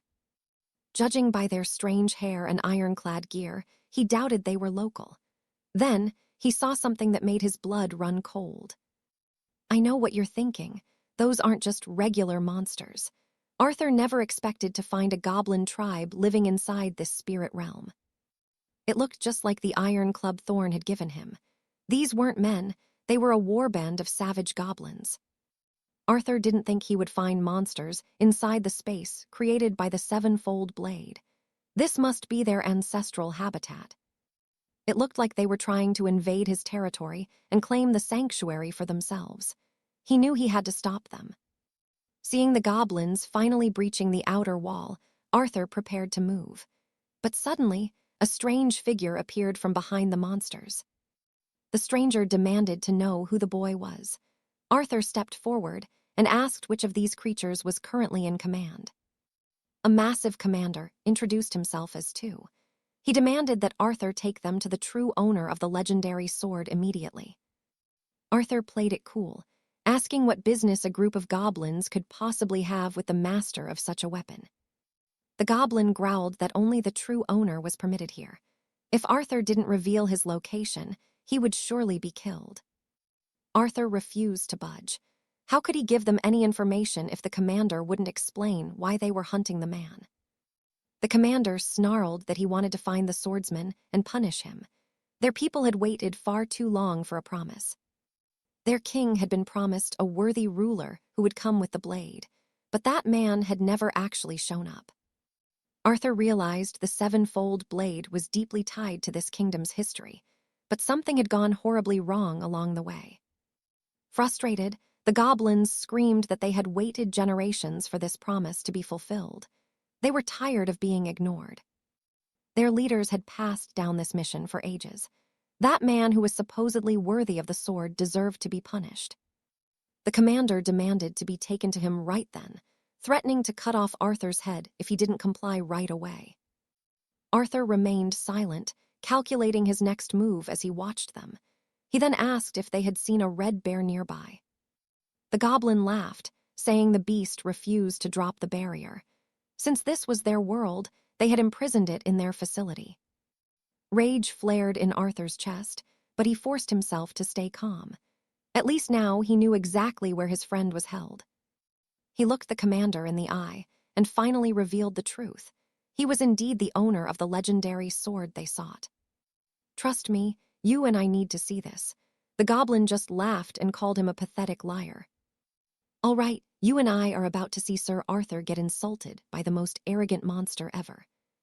It hurled insults, mocking Arthur for his small stature, claiming he looked like a noble who had never seen battle. Humiliated, our hero muttered that they were utter fools. The beast then warned Arthur that if he was not planning to shatter the barrier, he should flee immediately, promising to spare his life if he stayed away. Gripping his enchanted blade, Arthur's fury boiled over. He growled that they were gravely underestimating his true knightly prowess. He readied his strike, commanding his spirit to spit at them. The monster stood frozen, horrified by the sudden counterattack. Panicking, the creatures tried to flee, but within seconds they were crushed. Arthur warned that more punishment awaited them. The group trembled, begging for mercy. Arthur realized these creatures had a pathetic weakness for his enchanted red beans. Impressed by their fear, he asked if their commander was formidable. The goblin servant whispered that she was terrifying. She wielded a mystical staff unlike any other. However, Arthur doubted if simple staff skills were enough for her. He demanded more details. The goblin added one chilling fact: the lady possessed a legendary golden treasure of immense power. Now pay attention, because a voice suddenly cuts in, telling Arthur he does not need to know anymore. A figure with scarlet hair descended from above, scolding her servants and calling them idiots for trusting a stranger. Seeing her, Arthur knew she was the commander. She cursed her men for forcing her to deal with this. She questioned their stupidity, reminding them they had been imprisoned for 10 years within that desolate, cursed place. It seemed they were trapped in a divine relic. Arthur realized this artifact was the treasure the goblins mentioned. Since she was their high commander, she was likely dangerous. Arthur decided to strike first with his crimson beans. He launched a barrage at the lady, but she danced away easily, mocking his attempt to catch her. She noted that while such tricks worked on her subordinates, she was different. She commanded spirits to rise up. Arthur was stunned by her magic, realizing she was far stronger than he thought. He knew to be careful. He prepared a high-tier skill and sent his spirit to clash with her. A massive, earth-shaking battle began. The Goblin Queen asked if he enjoyed her skill, claiming it had been ages since she had this fun. You and I can see Arthur is deep in thought, remembering a legend about a staff that achieved anything. But it felt like a deception. His spirit remarked that it was a goblin staff, a tool for imagination. Goblins were not strategists. They relied on raw instinct alone.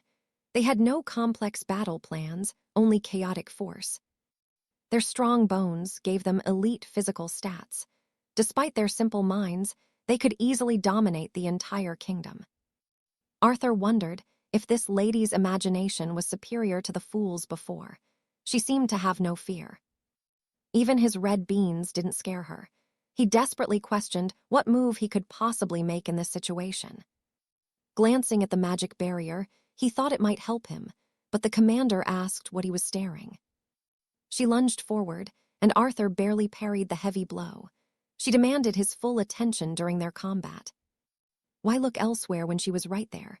Arthur stayed silent, launching a swift counterattack from her blind side. She narrowly dodged the strike and began summoning her spirits again, successfully catching our hero with a powerful blast.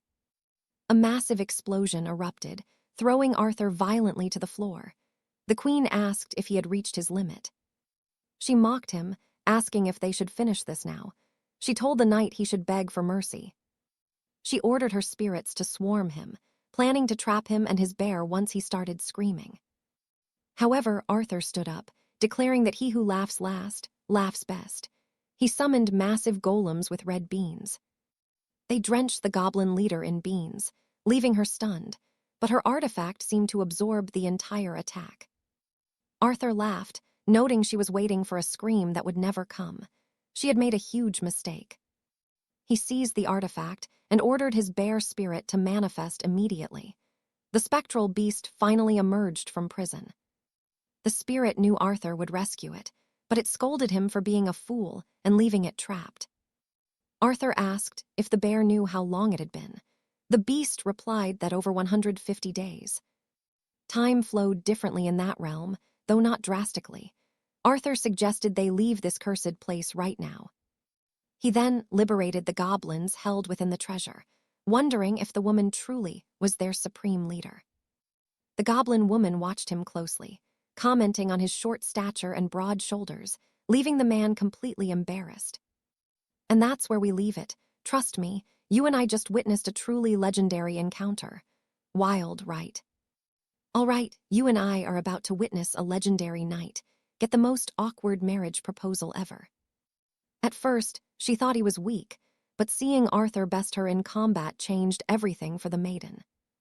She decided he was handsome and clever enough for her, so she straight up asked him to marry her. Arthur stood there absolutely speechless, while his spirit companion wondered how they would even make a goblin wedding legal. The spirit worried about the paperwork, and if this whole crazy situation would actually turn out fine in the end. A confused Arthur asked what she meant, but 𝒐𝒄𝒆 reminded him that these goblins were tied to the ancient prophecy. Arthur remembered the legend of the 7-crowned sword and realized this might be about that old, sacred promise. The prophecy said a man would arrive with a special blade, and she was waiting for a worthy husband. However, Arthur argued that he had nothing to do with it, saying the intended hero was likely already dead. 𝒐𝒄𝒆 laughed, noting the goblin didn't care about his excuses. She was convinced the chosen hero had finally arrived. Arthur hoped he was just stuck in some bizarre dream and tried to wake up before things got even weirder. He demanded she reveal the sword's location immediately, threatening to force-feed her so many bitter acorns that her belly would burst. He ordered her to speak, but she refused, swearing he wouldn't get the blade until they had 3 children. Distraught, Arthur called for more acorns, but 𝒐𝒆 pointed out that force would never work on a stubborn goblin. The spirit watched the chaos, remarking that the knight was getting absolutely nowhere by being so aggressive with her. Arthur realized goblins were incredibly headstrong, making it nearly impossible to squeeze any information out of them like this. 𝒐𝒆 suggested he just marry her since they had been trapped in this mystical world for far too long already. He explained that these creatures didn't understand the human world and wouldn't part with their greatest treasure so easily. That artifact was their holy relic, and 𝒐𝒆 reminded him that time moved differently in this strange, magical place. He proposed Arthur just marry her and stay a while, but Arthur knew he had to find another way. Arthur realized intimidation was a dead end, so he decided to try a bit of good old-fashioned bribery instead. Now pay attention, because this is exactly where Arthur switches tactics from brute force to some seriously delicious temptation. The maiden woke up bound, seeing a plate of food, but she still insisted on marriage before talking. Arthur just shrugged and started eating right in front of her, telling her to think while he enjoyed himself. He bragged about how sweet and perfect the honeyed scones were, making the goblin maiden's mouth water in hunger.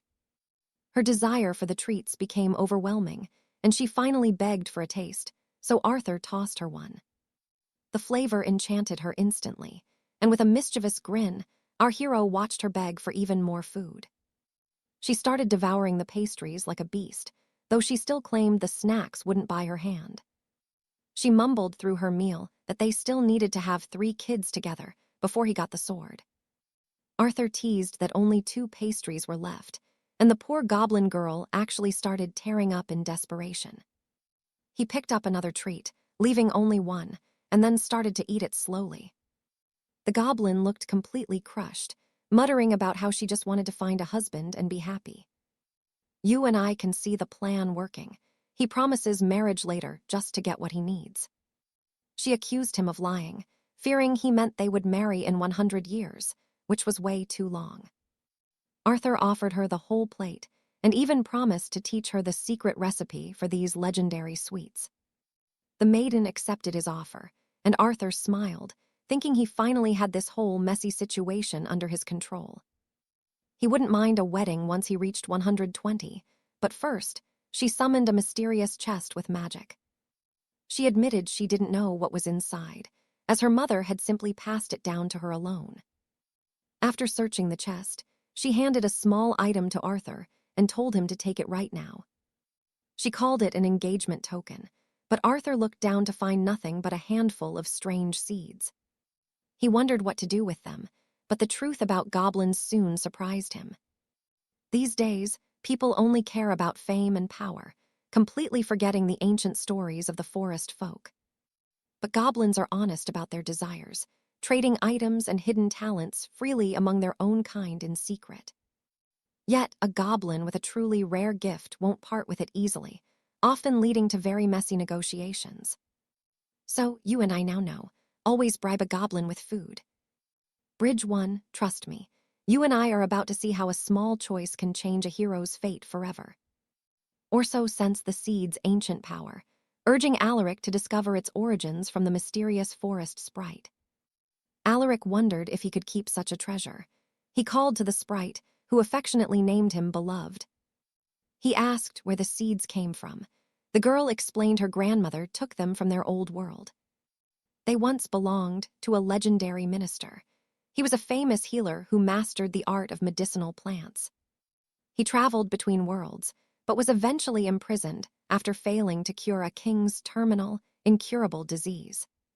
Starving in his cell, he traded the magical seeds to her grandmother in exchange for hiding his remaining family.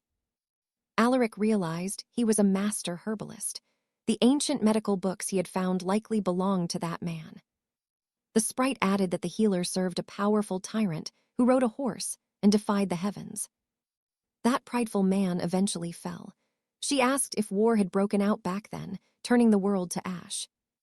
The healer gave up his seeds to get his family off the battlefield. Alaric asked about that mad tyrant. The sprite confirmed he dragged everyone into war. He didn't care about loss, showing exactly what he truly was. Alaric reflected on the weight of loss.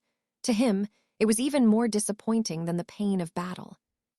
The woman stood up, ready to continue. Alaric watched the situation closely and urged her to stay calm. The lady stood up to move on. Alaric watched her and told her to stay calm. Bridge 2. Now watch this. She is actually weaving a mysterious, invisible power directly into the hero's soul. Alaric felt nothing different. The sprite told him to relax, assuring him he would soon master this new gift. Looking at the chest, Alaric knew he only needed the 7-thorned sword. He opened the box to find it. Inside was a sacred blade. Orso noted that such high-level swords usually held immense, ancient reserves of energy. This one was different, having a wood attribute. There was no reason for Alaric to hesitate any longer. He knew the natural opposite of wood was the earth. Still, Orso insisted he should never stop watching. The guardian urged him to go ahead.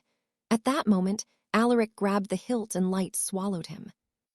Alaric gripped the hilt, and a pillar of light swallowed him as he struggled to master the blade. Orso warned him to never let go. Alaric snapped back, asking if the bear doubted his inner strength. The bear was astonished. He had never seen Alaric radiate such terrifying and unbridled power before this moment. The energy surged violently, shaking the earth, until the ancient sword finally calmed down in his hands. Orso was breathless. It was as if the spirit of a legendary general was guiding Alaric's every move. Now he knew the seven-thorned sword was legendary. Alaric felt as if he had wielded it for a lifetime. Alaric acted on pure instinct. He realized the forest sprite's special talent was now working deep within him. He turned to the sprite and suddenly asked if she wanted to get married right then and there. Alaric realized the sprite's talent was working, so he suddenly asked the forest spirit if she wanted to marry. Bridge 3, let's take a second to breathe. The story shifts back to the capital city of Albion. Alaric realized it had been ages since he walked these streets. He needed to recover his lost energy. After the brutal fight with the Orc King, he was drained and forced to stop at the nearest tavern. He hoped the forest sprite would join him, but she remained as reckless and unpredictable as he remembered.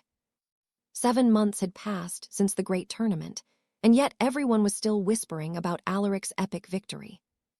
Meanwhile, the Serpent Lord of the East had vanished, leaving the commoners and town criers in a state of fury. They slammed the unprovoked invasion and began criticizing the silence coming from the royal court and the three Graces of Albion. Finally, the Serpent Lord reappeared after a month to offer a public, empty apology. He claimed the war was a simple error in communication, but the angry citizens were far from forgiving. Orso looked past the human drama, asking Alaric about the powerful dragons of the West and the South. Alaric didn't want to get involved. They weren't allies of the East, and their motives were still unknown. The spirit laughed, noting it was obvious those lords only wanted to cause chaos for no real reason. Their relationship was never good, though they once united during the Great War against the monster hordes. Bridge 4, and that's where we leave it. Trust me, you and I won't want to miss what comes next. All right, you and I are about to track down the legendary blade of the Seven Sons right now. The High Council ordered everyone in Valoria to stay and fight the Great Blight instead of searching. Our hero vanished into another dimension with the blade, and now a dangerous man is hunting him down. Arthur knew this hunter was powerful and deeply linked to the steel, making him desperate to find it first. 𝒐𝒄𝒆 warned him that the Eastern lords were fools, and now the common folk were starting to revolt. Suddenly, a system alert flashed on screen, informing them that their session had officially timed out for today. 𝒐𝒆 turned to Arthur, asking for their next move. The plan was clear: they needed to reach Storm Peak. Arthur was officially listed as dead, and if he just showed up, the Silver Order would get suspicious. He decided to keep a low profile, letting the dust settle while he watched the kingdom from afar. 𝒐𝒆 mentions that once they arrive, he needs to find his original physical body immediately. It had been ages since he felt his own energy, ever since they first crossed into the goblin realm. He expected his power to return once they made it back to this world, but it was gone. Now pay attention. 𝒐𝒆 hasn't felt his own soul for 7 months. That is seriously bad news. Arthur realized how dire this was. They had to leave for the mountains right this second. The duo traveled fast and soon arrived at their destination, but what they found left them speechless. The sacred tree had grown to an impossible size, and it was now swarming with massive, glowing beehives. Arthur was baffled. How did these insects pierce the holy barrier? 𝒐𝒆 just shrugged it off. He figured a few strays might slip through. Then, Arthur spotted something odd among the branches. He pointed it out, and 𝒐𝒆 froze in total disbelief at the sight beneath the heavy canopy. There, his original body was resting. It looked strange, and 𝒐𝒆 couldn't explain what was happening. Suddenly, the swarm turned aggressive and charged. Arthur didn't waste a second and pulled out his scrolls. He activated his ancient artifact, summoning a literal army of spirits and ordering them to strike the swarm. An epic aerial battle began, but there were just too many. These bees were freakishly hard to kill. Even with his strongest skills, Arthur was struggling. He needed a much more powerful strategy. You saw that, right? 𝒐𝒆 just unleashed his true form to tear through the swarm with raw power. The spirit roared, ready to burn them all to ash. But if he unleashed his full fire, the tree would die. He couldn't risk destroying the sacred tree, just to clear out the infestation of monsters.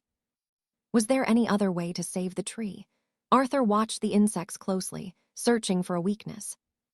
He noticed the fallen bees weren't actually dead. They were just stunned. Then he had a genius idea.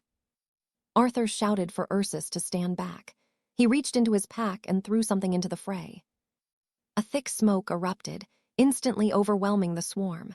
The bees stood no chance and started to scatter. They fled the tree in a blind panic, slamming right into the glowing barriers Arthur had set up. Arthur let out a breath of relief. His plan worked perfectly. Even 𝒐𝒄𝒆 was impressed by the tactic. 𝒐𝒄𝒆 mentioned a very old legend about the Empress of the Sunset Isles, building a golden peak on a mountain top. The Empress was a goddess of ancient myths, a fairy who possessed the secret potions of immortality. These bees must have smelled the sacred energy of this tree and decided to make it their home. Arthur pointed to the hive. It seemed the legends were true. The insects were drawn to pure power. Centuries ago, these magic bees traveled the world, settling wherever they found the strongest source of energy. The smoke cleared, and Arthur saw the swarm was gone. He signaled the spirit to follow him closer. They approached the massive tree and cracked open one of the hives. It was overflowing with golden honey. This wasn't normal honey.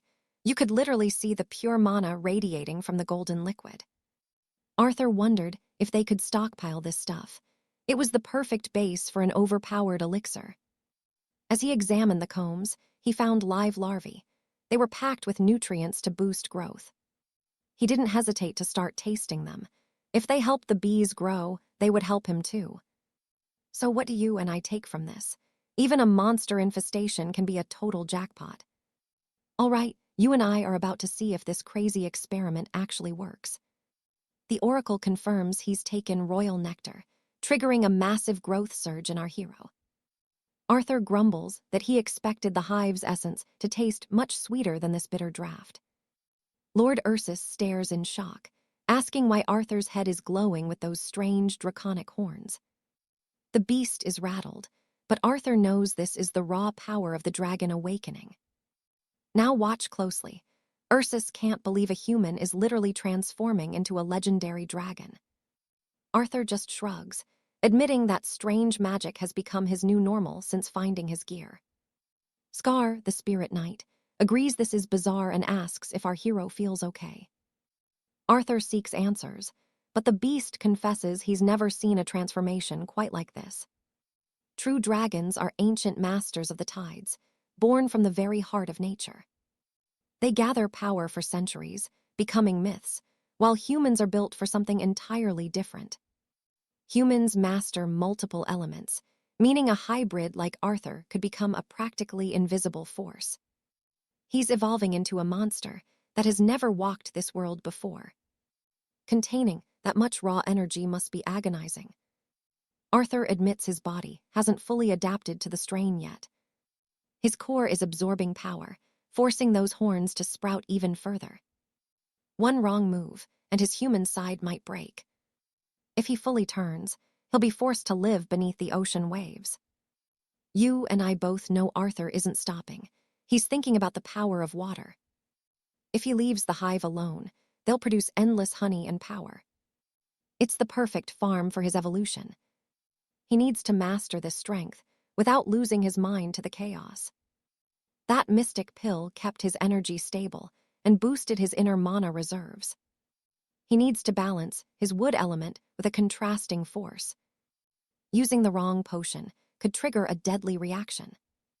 The beast agrees it's a solid plan for his survival. Arthur pulls out old scrolls left by the Silver Wolf disciples. He has a Shadow Knight's secret scroll and ancient family records. With time to kill, he decides to master these forbidden arts. It's time to learn the secrets of the Shadow Guild. Combining their stealth with his legendary sword will be devastating. He now wields 3 of the world's greatest artifacts. 𝒐𝒆 warns him to train hard and stay in the shadows. But one task remains, delivering the Black Jewel to Lord Cedric. 𝒐𝒆 asks why he didn't just hand it over to him sooner. Why does he care so much about this young nobleman? Cedric is smart, but he needs a much broader perspective. Making a crystal flute is pure madness. The beast calls him a fool, but knows a master blacksmith. Arthur is stunned that anyone could craft such a divine instrument. Ursus wouldn't trust Cedric with it, but Arthur insists. He's just as curious to see the finished masterpiece. The beast isn't sure if he's telling the truth. Arthur plans to deliver it to Cedric's house either way. And so, you and I are off to find the legendary blacksmith. Stick with me, you and I are diving into a story about the fire god. Long ago, he settled a blood debt with his kin. They were traveling toward Mount Celestine. Arthur asks where that is, and Warwick explains it is deep inside the dangerous northern barrens. Arthur is totally shocked. Was Warwick really from the north? And he has a sister. This journey just got a whole lot more complicated. Warwick says he is not who Arthur thinks. That mountain named after his sister is not the same place. He is not that spirit. He explains he is not the guardian of this specific land. However, his nephew is Prince Damien, a name that carries heavy weight here. According to the legends, 3 great powers control the entire peninsula. It turns out Warwick's sister is living in 𝒐𝒄𝒆 on Mount Crest. Later, our hero and the bear finally arrive at their destination. Arthur is in total disbelief because they are standing in the Forbidden North. This place is known as the most powerful nation in the land. Arthur looks around, confused, asking why he cannot see anything but snow. Warwick shifts back into his human form. He tells the boy to stay close and not wander off into the thick magical mist surrounding them. Arthur thinks they are still miles away, but Warwick smiles and says they have already arrived. Now pay attention, because things are getting wild. Our boy is stunned. Right in front of them, 2 massive stone statues suddenly begin to speak with voices that shake the very ground. The statues demand to know their names. 𝒐𝒄𝒆 does not allow any uninvited visitors to step foot inside their sacred, hidden city gates. Warwick remains calm. He tells them to announce that the Crimson Lord of Mount Warwick has returned to see the royal family at last. The sentinels tell them to wait. Warwick just chuckles and mentions he even brought a little snack to share with his old friends. Arthur is impressed. These guardians became so humble once they heard Warwick's title. He truly looks like a high-ranking noble in this form. Even so, Arthur has not yet felt the true power of this place. Suddenly, he feels dizzy and starts to fall toward the earth. As he collapses, the illusion fades. A gigantic city appears before him. They were using high-level magic to hide the entire village. He wonders how so many people could live here in secret. Warwick explains that not everyone in the world is as kind as him. Before they hid from the human world, they handpicked those worthy of living here. Only the most deserving were allowed into this sanctuary. The law here is absolute. The right to live or die belongs solely to his nephew, who ultimately permitted these people to stay. I know what you are thinking. This guy sounds like a total tyrant, right? Arthur compares him to the supreme leaders of the North. A group of warriors approaches them. Their captain mentions that the leader wishes to see the spirit. Warwick asks who is in charge now. The man says the Great Mother is waiting at the main palace. He eyes Arthur, asking who this strange companion of his is. Warwick claims he is just a trusted subordinate and a child under his protection. The man accepts this and tells them to follow. They walk together toward the royal palace while Arthur is blindfolded. The guard explains that they have finally reached the inner sanctum. Still blindfolded, Arthur assumes this must be the main house. He can tell even without seeing that this place is a beautiful palace. However, the atmosphere feels strange. A girl named Anne stands before him. She seems completely different from the legendary lady he expected. The girl thanks the guards for their hard work. She apologizes if her request was a burden before dismissing the soldiers from the room. Only Arthur and Warwick remain. The woman sighs, saying it has been a long time. She has missed Warwick more than words can say. She pulls him into a hug. Warwick is back in his human form. She cries that her brother hasn't changed since he vanished. He never sent any news while he was gone. She was so worried about him. But then, her voice turns cold and threatening. She tells him he must be exhausted from the long journey. For that reason, he should go and get some rest immediately. Arthur starts to realize the tension in the room. 𝒂𝒐𝒃 tells him not to worry, as this is only a temporary arrangement.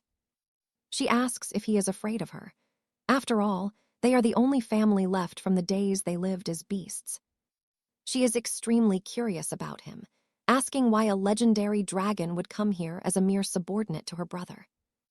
Arthur slowly removes his mask and looks at her. He tells her it is easier to call him a monster.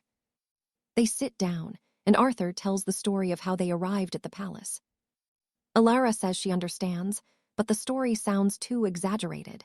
She wonders if he is lying. Arthur denies it. Warwick trusted him, and that is why he is here. They came here, seeking help for his monster identity. The girl takes a long breath. Warwick trusted him, so they came here to hide his monster identity and seek answers. 𝒂𝒐𝒃 takes a breath. Trust me, you and I need to see what comes next. All right, you and I are diving into a world where noble blood and dragon secrets finally collide. Lady Amelia admits the Lord of Embers left 𝒃𝒊𝒃 long ago, but still cared deeply for his kin. Arthur wonders why Sir Gawain dragged them all this way if the deity had been missing for years. Now pay attention here. This is the exact moment where our young hero's fate takes a totally unexpected turn. Amelia reveals her brother brought them here, hoping the council would finally accept Arthur into the noble house. She gets straight to the point. He wants the boy to claim the empty throne and rule the kingdom. High above on a sky citadel, Sir Cedric and Lady 𝒂𝒐𝒃 sit together in a heavy, cold silence. The woman asks what he's thinking, but the knight just brushes it off like it is nothing at all. She questions if he's actually excited to lead the upcoming invasion against the lords of the Azure Coast. Cedric explains that ever since the Sea King stole their legendary blade, his people have suffered immense damage. Countless innocents have died because of those monsters, and the knight refuses to let it slide any longer. He vows to make them pay, but 𝒂𝒂𝒃 warns him to keep his reckless ideas to himself for now. She demands every sea creature be wiped out, leaving not a single soul alive in the entire ocean. If the boy speaks out again, she will strip him of his rank and throw him out immediately. Cedric obeys the order, while the young woman reflects on how the council all agreed on the invasion. Once the Azure Coast falls, they need a new dragon to sit on that vacant throne and keep order. Whoever takes the crown will hold terrifying power, which could have consequences they cannot even imagine yet. Luckily, true heirs are rare, so they cannot let just any random noble ascend to such a position. They need a specific child for the role, a dragon they can control like a puppet in their hands. Meanwhile, Arthur begs Amelia to help him hide his dragon blood so he can leave 𝒃𝒊𝒃 in peace. She counters that taking the throne is actually the easiest way for him to find true safety and quiet. But Arthur refuses to be a dog on a leash, hating the idea of being someone's political toy. He lowers his head, asking for guidance since he has no one else in this world to trust. Unlike the High Lords, he grew up with nothing and never had allies he could truly call friends. Amelia actually feels pity for him and his brother, realizing just how hard their journey has been lately. She won't let Gavin leave again, remembering how she failed to stop him from abandoning his noble birthright. He chose to guard Mount Ironbark instead of staying in 𝒃𝒊𝒃, and she thinks he became a shadow. To her, leaving everything behind to live in the wild was a total waste of his royal potential. Arthur offers to trade his freedom for his brother's sake, but the lady immediately rejects his desperate proposal. Okay, I know what you're thinking. And yeah, things are about to get even crazier for Arthur right now. He seems weak now, but she knows a secret location that could help him reach a new level. Thanks to her ancient connections, she reveals a hidden sanctuary that will force his inner energy to evolve. This place will sharpen his core and help him synchronize with the tides, making him a true powerhouse. Arthur knows he must leave before Sir Gawain wakes up, though it kills him not to say goodbye. He tells Amelia he will never forget this kindness, as he sets out on his most dangerous quest. 3 days later, he arrives at the peak of Mount Ironbark, feeling an overwhelming surge of raw power. Looking at the water, He wonders if the legendary dragon cores are hidden deep beneath the lake's surface. He dives in, realizing he can breathe perfectly as his body moves through the depths like a fish. At the very bottom, he spots a glowing artifact that looks exactly like the prize he was seeking. Just being near it makes his energy swell, and he knows this is his chance to become legendary. He reaches out, but the pressure is far more intense than anything he has ever felt before now. Suddenly, a massive explosion of light erupts, but instead of hurting him, it feels strangely balanced and calm. His power stabilizes, but the peace is shattered when he senses a hostile presence closing in fast. He remembers the warning: breaking the seal attracts those who are already masters of the deep water. And that is where we leave it. Trust me, you're going to want to see what happens next. Alistair Thorne realizes they arrived far too fast. Reaching the surface, he is greeted by a monstrous abyssal worm. Stick with me, our hero refuses to back down. He launches a desperate strike, but the beast blocks him easily. Suddenly, lightning strikes the boy. A second worm appears, mocking him for carrying dragon energy he cannot even control. The creature sneers that he is a fraud. It claims his power is wasted on someone so weak and pathetic. If they devour the boy, they can finally evolve. But wait, something strange is happening where Alistair just fell. Peach blossoms drift through the air. Alistair is still standing, his eyes burning with a new, cold determination. The worm laughs, mocking the flowers. It asks if he is preparing his own funeral with such a pathetic display. Now watch this. A massive peach tree erupts from the earth, acting as a lightning rod for their attacks. The beasts are stunned as Alistair grins. His plan worked perfectly, and now the tide is finally about to turn. He asks if they still think this funeral is for him. Furious, the female serpent steps forward to end this. She unleashes a storm of jagged crystals. Alistair unfurls a mystical scroll, shattering her attack into 1,000,000 pieces. The creature realizes she is outmatched and needs to flee. But before she can move, her brother has already fallen. The battle ends. Alistair rolls up his scroll, coughing blood. He pushed his limits past the breaking point this time. He cannot fail now. If he loses this chance, everything he has worked for will be gone. He has to continue. The serpents try to run, but Alistair teleports instantly. He is standing right in their path like a vengeful ghost. Shocked, they scream, asking how he moved so fast. The female serpent panics, calling him a pest that won't die. She swears she won't let him get any closer. Alistair is already gathering a massive surge of holy energy. The creature stares in pure disbelief. She realizes her life is on the line and turns to bolt in terror. Alistair commands her to stay. With one swift movement, he strikes the beast down, ending her pathetic escape attempt. The serpent wonders how a mere human is doing this. She apologizes to her brother, knowing she must save herself. She flees, abandoning her pride. She once dreamed of becoming a dragon, but now she only wants to stay alive. You and I saw this coming. Alistair appears beside her, asking where she thinks she is going. The secret to his victory was the black garden bamboo. This sacred plant was forged for war in ancient times. This ancient plant from the sacred garden was specially enhanced since the dawn of time to slaughter massive sea drakes. Trapped and broken, the creature begs her brother for help. Alistair ignores her, staring at the massive structure rising before him. He wonders what kind of place this could be. It looks like a grand, submerged palace from the Old Kingdom's legends. It only appeared because he claimed the core. Alistair decides it is time to claim his prize and explore below. The serpent girl starts laughing hysterically before begging for mercy. The bamboo is piercing her skin, and it hurts. She does not want to die like a trapped animal. Alistair warns her that one lie will cost her head. He demands to know if more of her kind are lurking here. He needs to be ready for the next fight. She confesses that when the barrier cracked, 4 more serpents entered. They are all hunting for the same ancient power. Alistair asks how they knew the seal was broken. She explains they share a blood connection to this forgotten place. She and her brother were once servants here. They still feel the lingering presence of their master from long ago. Their master died 6,000 years ago. They have been training ever since to take his place as new lords. Alistair realizes she could be useful. He offers to remove the bamboo if she leads him into the inner palace. She asks for freedom from her beastly shape. It is too difficult to navigate these halls in her massive form. She transforms into a stunning woman named Alara.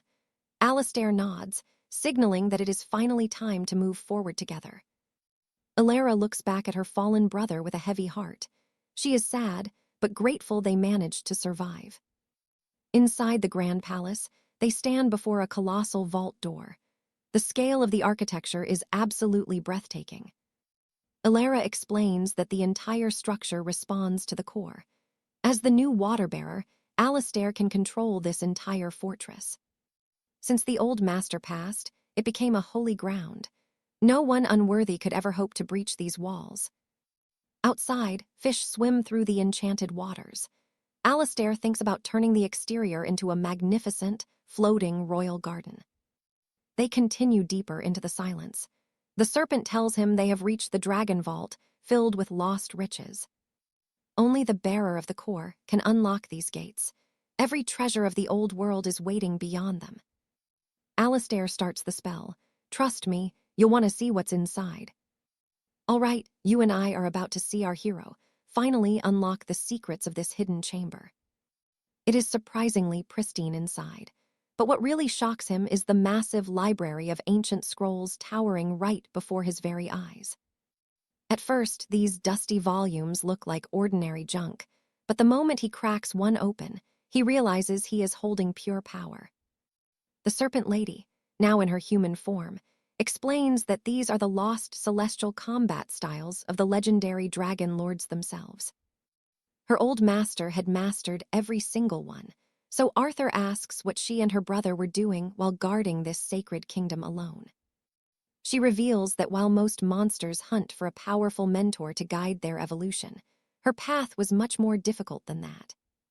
She and her brother have been totally alone ever since their previous master died, forced to survive on whatever scraps of knowledge they found. Arthur finally understands why she was so desperate to return here. This vault is the only way for her kind to truly ascend. If she is telling the truth, mastering these forbidden scrolls could actually transform these simple beasts into true, godlike dragons of myth. Seeing the potential, Arthur grants them access to the library, but there is a catch. They must swear an oath of total loyalty. They must serve as his loyal knights from now on, and the Serpent Lady immediately agrees with a very devious smile. Arthur hands her a scroll and gives her a first mission: prepare the castle for some very important and dangerous guests. She looks quite convincing in her human disguise, making him wonder if every beast in the Great Sea can transform like this. He is also curious about her brother-human appearance, but soon he finds himself sitting across from a very powerful and mysterious figure. Arthur never expected a literal god of the forge to sit down for a drink with a mere mortal like him. Despite being a simple immortal, the god treats him with respect because he senses the overwhelming dragon energy radiating from his soul. The blacksmith deity finally breaks the silence, asking why Arthur has come to his divine palace so soon after his long journey. Now pay attention, because our hero pulls out a rare piece of spirit bamboo and asks for a life-changing favor. The god recognizes it instantly as black jade spirit wood. Arthur explains that he wants this legendary material crafted into a flute of peace. The deity laughs, calling him a greedy young brat for asking a god to make a simple musical instrument out of such treasure. Arthur insists his intentions are pure, but the god just waves him off, saying he does not care about the boy's reasons. The blacksmith tells him to relax. His only job is to create perfection, regardless of who or what the item is for.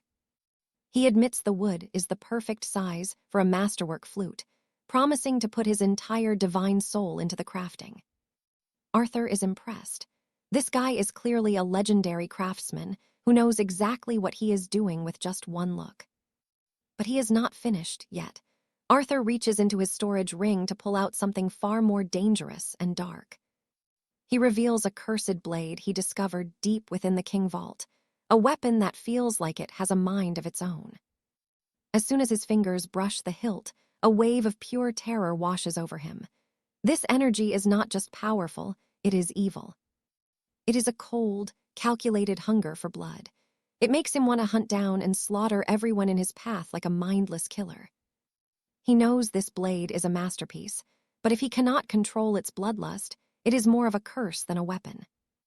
The god squints at the sword, noting that there is something incredibly unnatural about the way the metal screams for death. When the blacksmith reaches for it, Arthur shouts a warning. This is not some ordinary knight's sword you can just pick up. But can you believe that? The god just grabs it like it is nothing, leaving our hero absolutely stunned by his raw power. Arthur struggled just to touch it, yet this man handles it with ease. Truly, this is the strength of the legendary fire deity.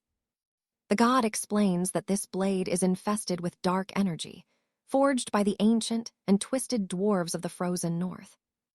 The raw power is unmatched, but it carries a soul-devouring curse that will eventually consume anyone foolish enough to draw it. There is one fix, though.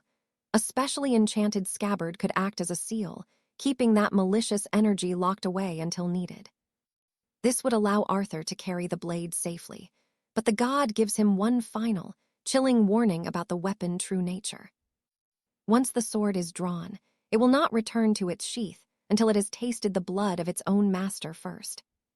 Arthur nods, accepting the dark risk. The deity tells him to come back later once the flute and the scabbard are finished. As he waits, our hero starts exploring the palace, amazed by the sheer amount of legendary artifacts hidden in every single corner. He realizes he still has so much to learn about this world, especially since his bear companion is not here to guide him anymore. Knowledge is the greatest weapon, but his studies are cut short when the Serpent Lady rushes in with some urgent news. A mysterious visitor has just arrived at the palace gates. An elderly man steps forward, looking Arthur straight in the eye. He asks if Arthur is the new lord of the palace, introducing himself as 𝒐𝒊𝒄𝒕𝒊𝒗𝒆, a priest from the great sacred temple. Stick around, because you and I are about to uncover the legend of the mountain hermit who once ruled these 8 provinces. You and I are diving into a realm where legends of rituals for the gods mask a much deeper, hidden reality. 8 great peaks were actually high-ranking immortals, so the crown ordered these mountains to return to their original, sacred state.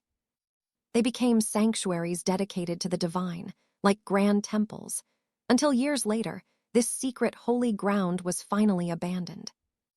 Now that the gates to the heavens have reopened, the High Council finally allowed the immortals to reclaim their ancestral lands. They could walk this sacred earth again, and the man facing Alistair was the very person who ruled over this territory. As the current master of 𝒐𝒄𝒆 Sanctuary, he tells our hero it is a distinct honor to finally meet someone of his stature. Alistair apologizes for not visiting sooner, but the Lord waves it off, claiming he was just passing through and felt like stopping by. He mentions he brought his student along, and the girl steps forward, introducing herself with a polite bow and a soft voice. She is Seraphina, the Archmage's youngest apprentice, and says it is a joy to meet him, but Alistair's eyes narrow as he watches her.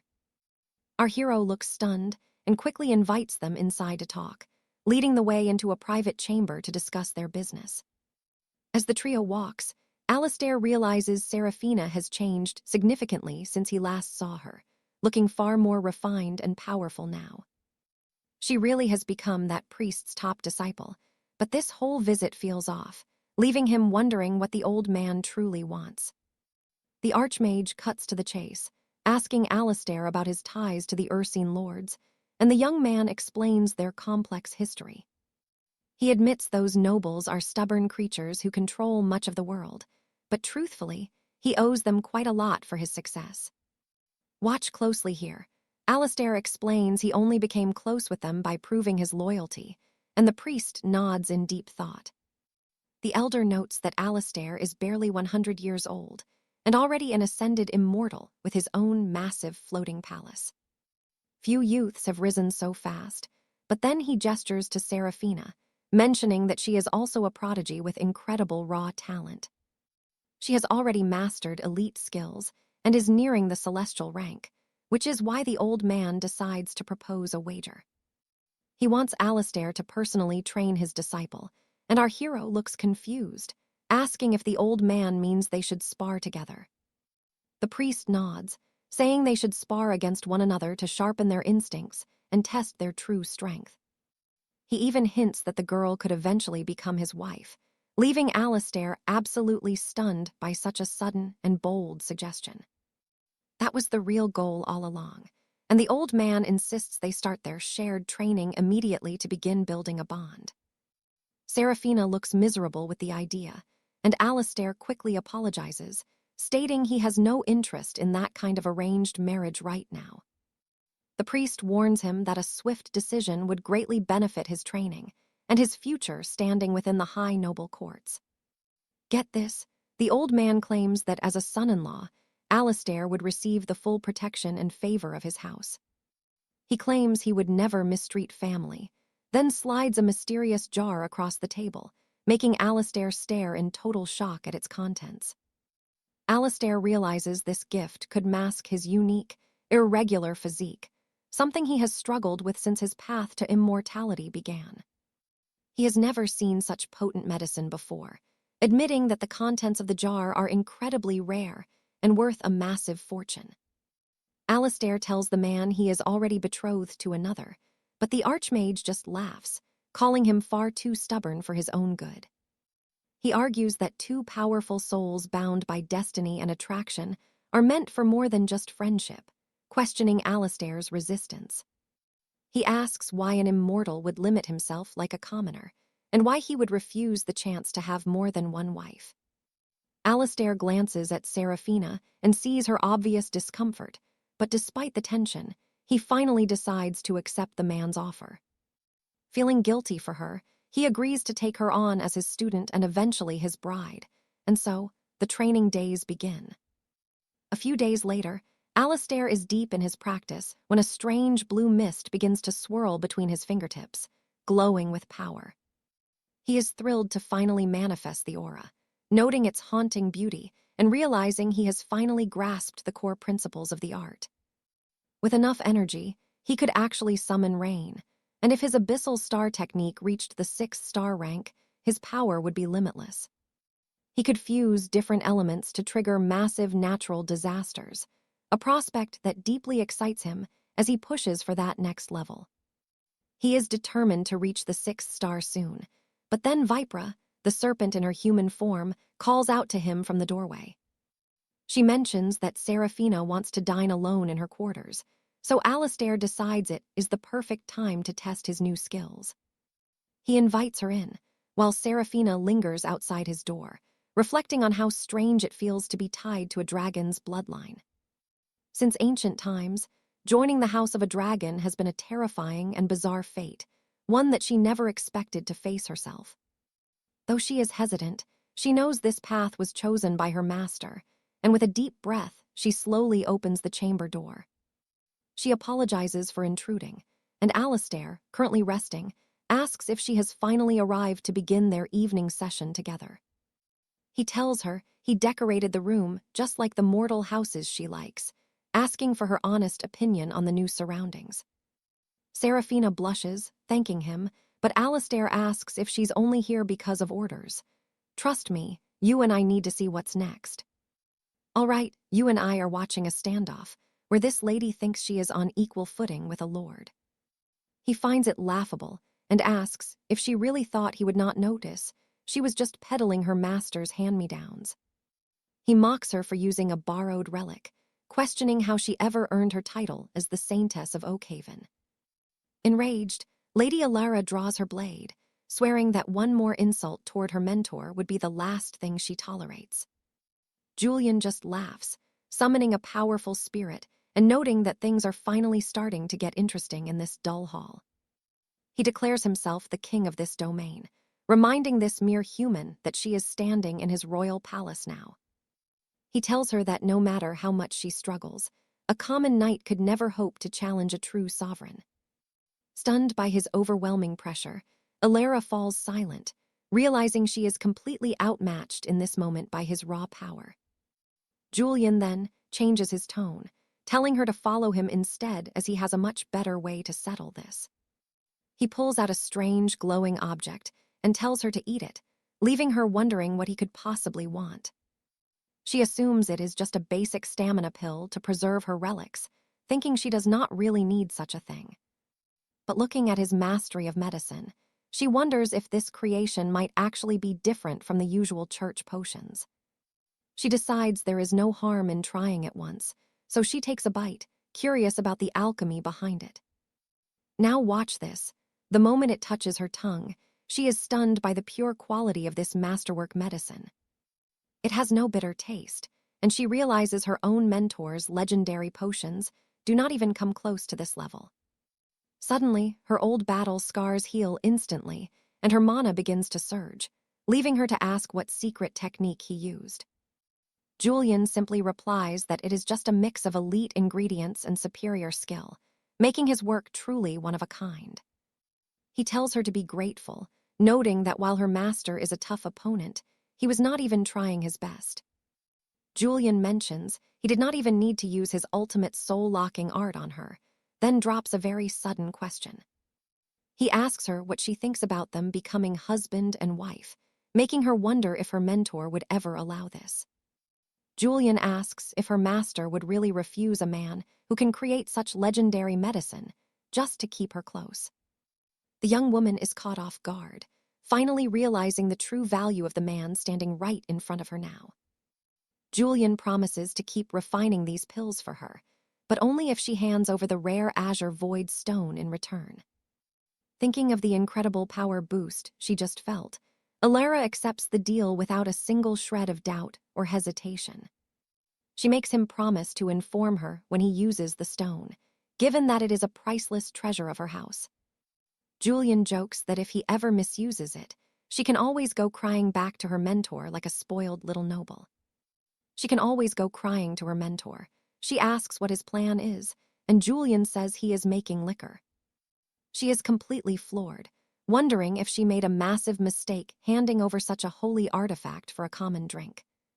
Sometime later, Julian is already drinking his creation, noting that his medicine is getting even more refined and potent with every batch. The effects are now faster and last much longer, proving that his constant practice is finally paying off in a huge way. Stick with me here, because Julian is about to use that azure stone to craft something truly legendary for himself. Suddenly, 𝒂𝒐𝒄𝒕𝒊𝒗𝒆 stumbles back into the room, appearing completely wasted for some reason and making a total scene in the hallway. She starts rambling nonsense, demanding more of his medicine since he promised to take care of her as his future wife. Unable to stand the chaos, Julian asks his subordinate to drag her away before she ruins the quiet of his royal palace. This makes the drunken girl furious, shouting that he has no right to ignore a lady of her high social standing. She boasts that her father is a high flame warden who received a royal honor, while calling Julian a sneaky old man. She thinks he is creeping out in secret, but Julian is just surprised to find such juicy court gossip tonight. He decides to keep this in his back pocket to use later, but first, he needs to test his newest creation properly.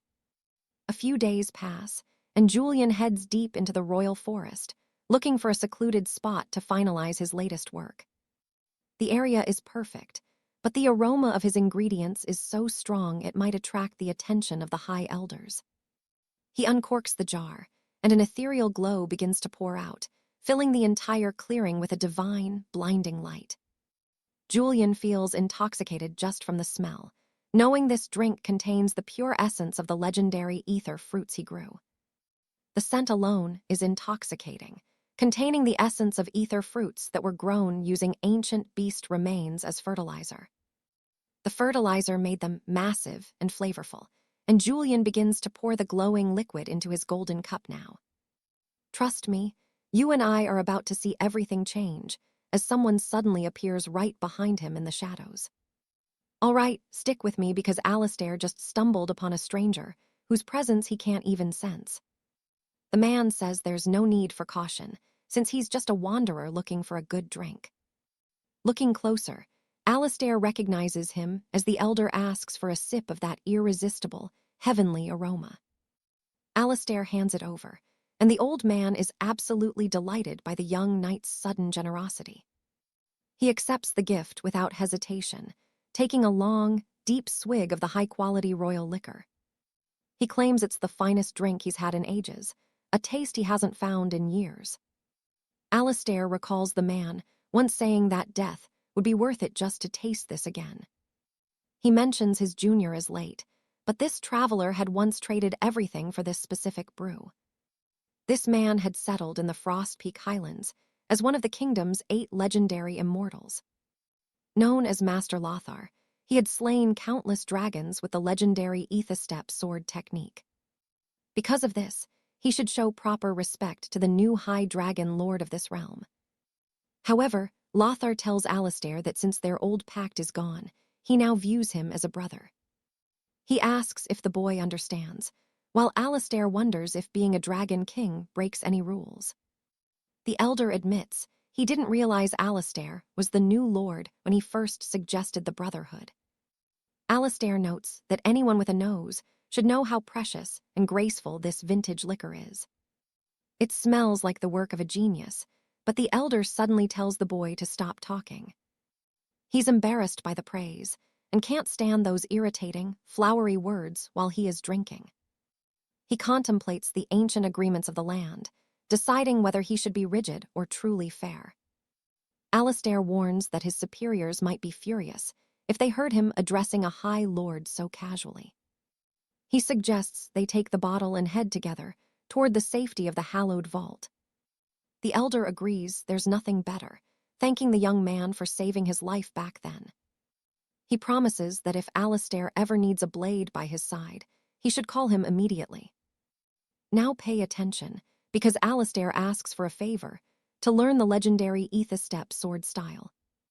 It's a mythic spell blade technique, born from the passion of a man who hunted demonic dragons. Unlike standard martial arts, this power doesn't rely on the user's raw internal energy or physical strength. It's a unique art for those with mortal bodies who wish to wield heaven-cleaving power through their swords. Alastair formally asks the master to train him, seeing no harm in mastering such a legendary skill. 2 days pass after leaving the demon's lair, but a massive creature is now stalking the woods. In a nearby cottage, a young boy desperately tries to comfort his younger brother through the fear. Suddenly, the monster bursts through the door, and the boy charges forward with tears in his eyes. He hugs his brother one last time, preparing for the end, but then our hero finally arrives. Alastair calls the monster perfect fertilizer for his garden, before striking the beast with a single blow. The boy is stunned to be alive, as Alastair notes, he just gained more compost for his training. But wait, you and I can see the rage building as he realizes children were being sacrificed. He realizes these boys were offered up to the beast, and he is absolutely livid at the situation. The monster roars back to life and lunges at Alastair, snarling that it will devour him first. A massive explosion rocks the area, and within seconds, the creature is hammered back into the dirt. The boy thinks they're doomed, but his eyes widen as Alastair stands tall over the shocked monster. The beast can't believe he's still alive after being swallowed whole, but Alastair just starts his next move.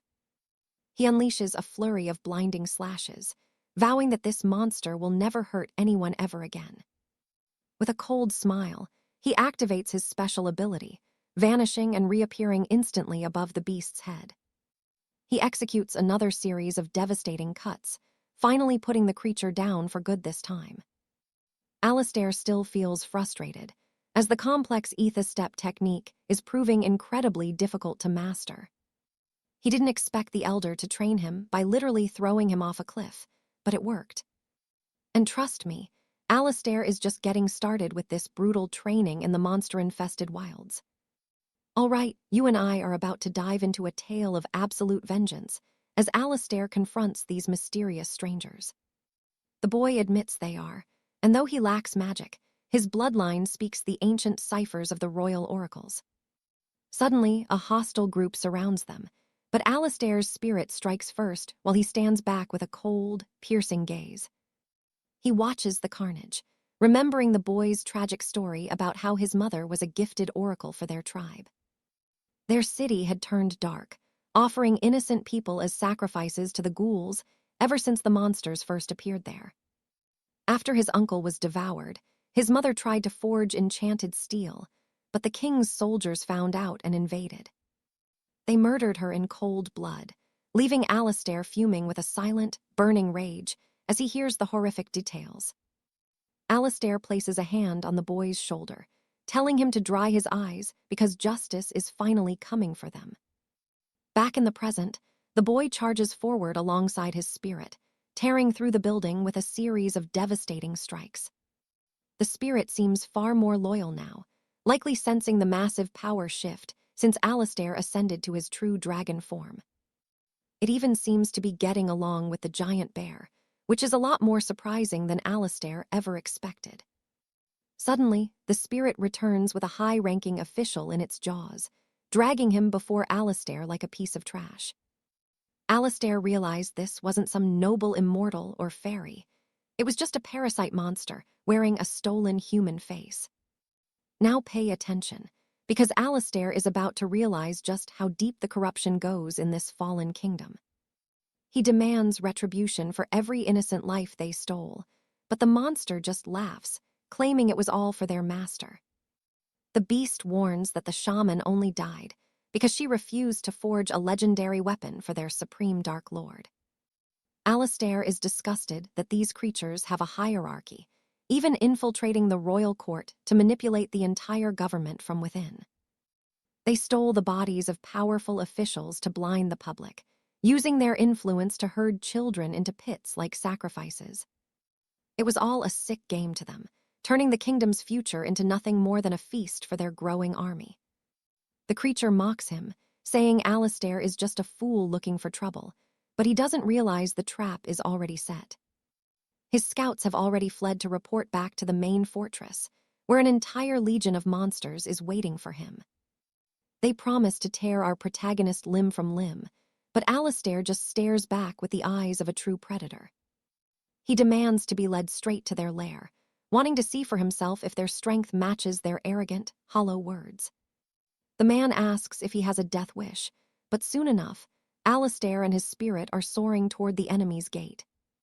They fly through the heavy, oppressive aura of the fallen immortals who have turned the northern wastes into a cursed land. These fallen beings from the eastern reach and midlands gathered in the cursed wastes to form the Dark Phantom Coven. Valerius is a silver tiger who has slept for over 1,000 years, waking up only to plunge the world into shadow. Let that sink in for a second.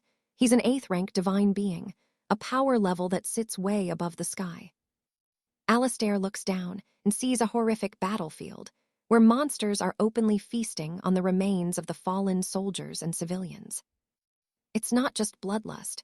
They're mocking humanity by mimicking their ways while engaging in the most disgusting acts of cannibalism imaginable. Fueled by pure loathing, Alastair conjures a massive, spinning tornado that rips through the ranks of the beasts with absolute fury. The creatures can't believe their eyes as their brothers are shredded by the wind, leaving the survivor paralyzed with absolute terror. Alastair commands his spirit to release the captive wolf, tossing him into the heart of the storm without a single shred of mercy.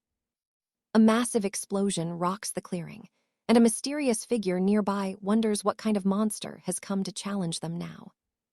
He can feel the immense pressure, realizing that a truly powerful warrior has finally stepped onto their cursed and blood-soaked soil. Alastair is actually surprised the wolf managed to survive his storm, showing that these monsters aren't as weak as they first looked. The wolf is trembling, shocked that a mere human dares to address him so casually while standing amidst the corpses of his kin. He orders his remaining subordinates to swarm Alastair, but in that exact moment, a bolt of divine lightning crashes from the clouds. In a matter of seconds, every single underling is incinerated, leaving the wolf standing alone against two massive, glowing celestial serpents. Alastair tells his pets that it's time to eat, ordering them to finish their meal quickly so they can finally move on. Alastair tells them to finish it quickly, and since we're ending here for today, you definitely don't want to miss what's next. So hit that notification bell right now, and you and I will see each other in the next chapter.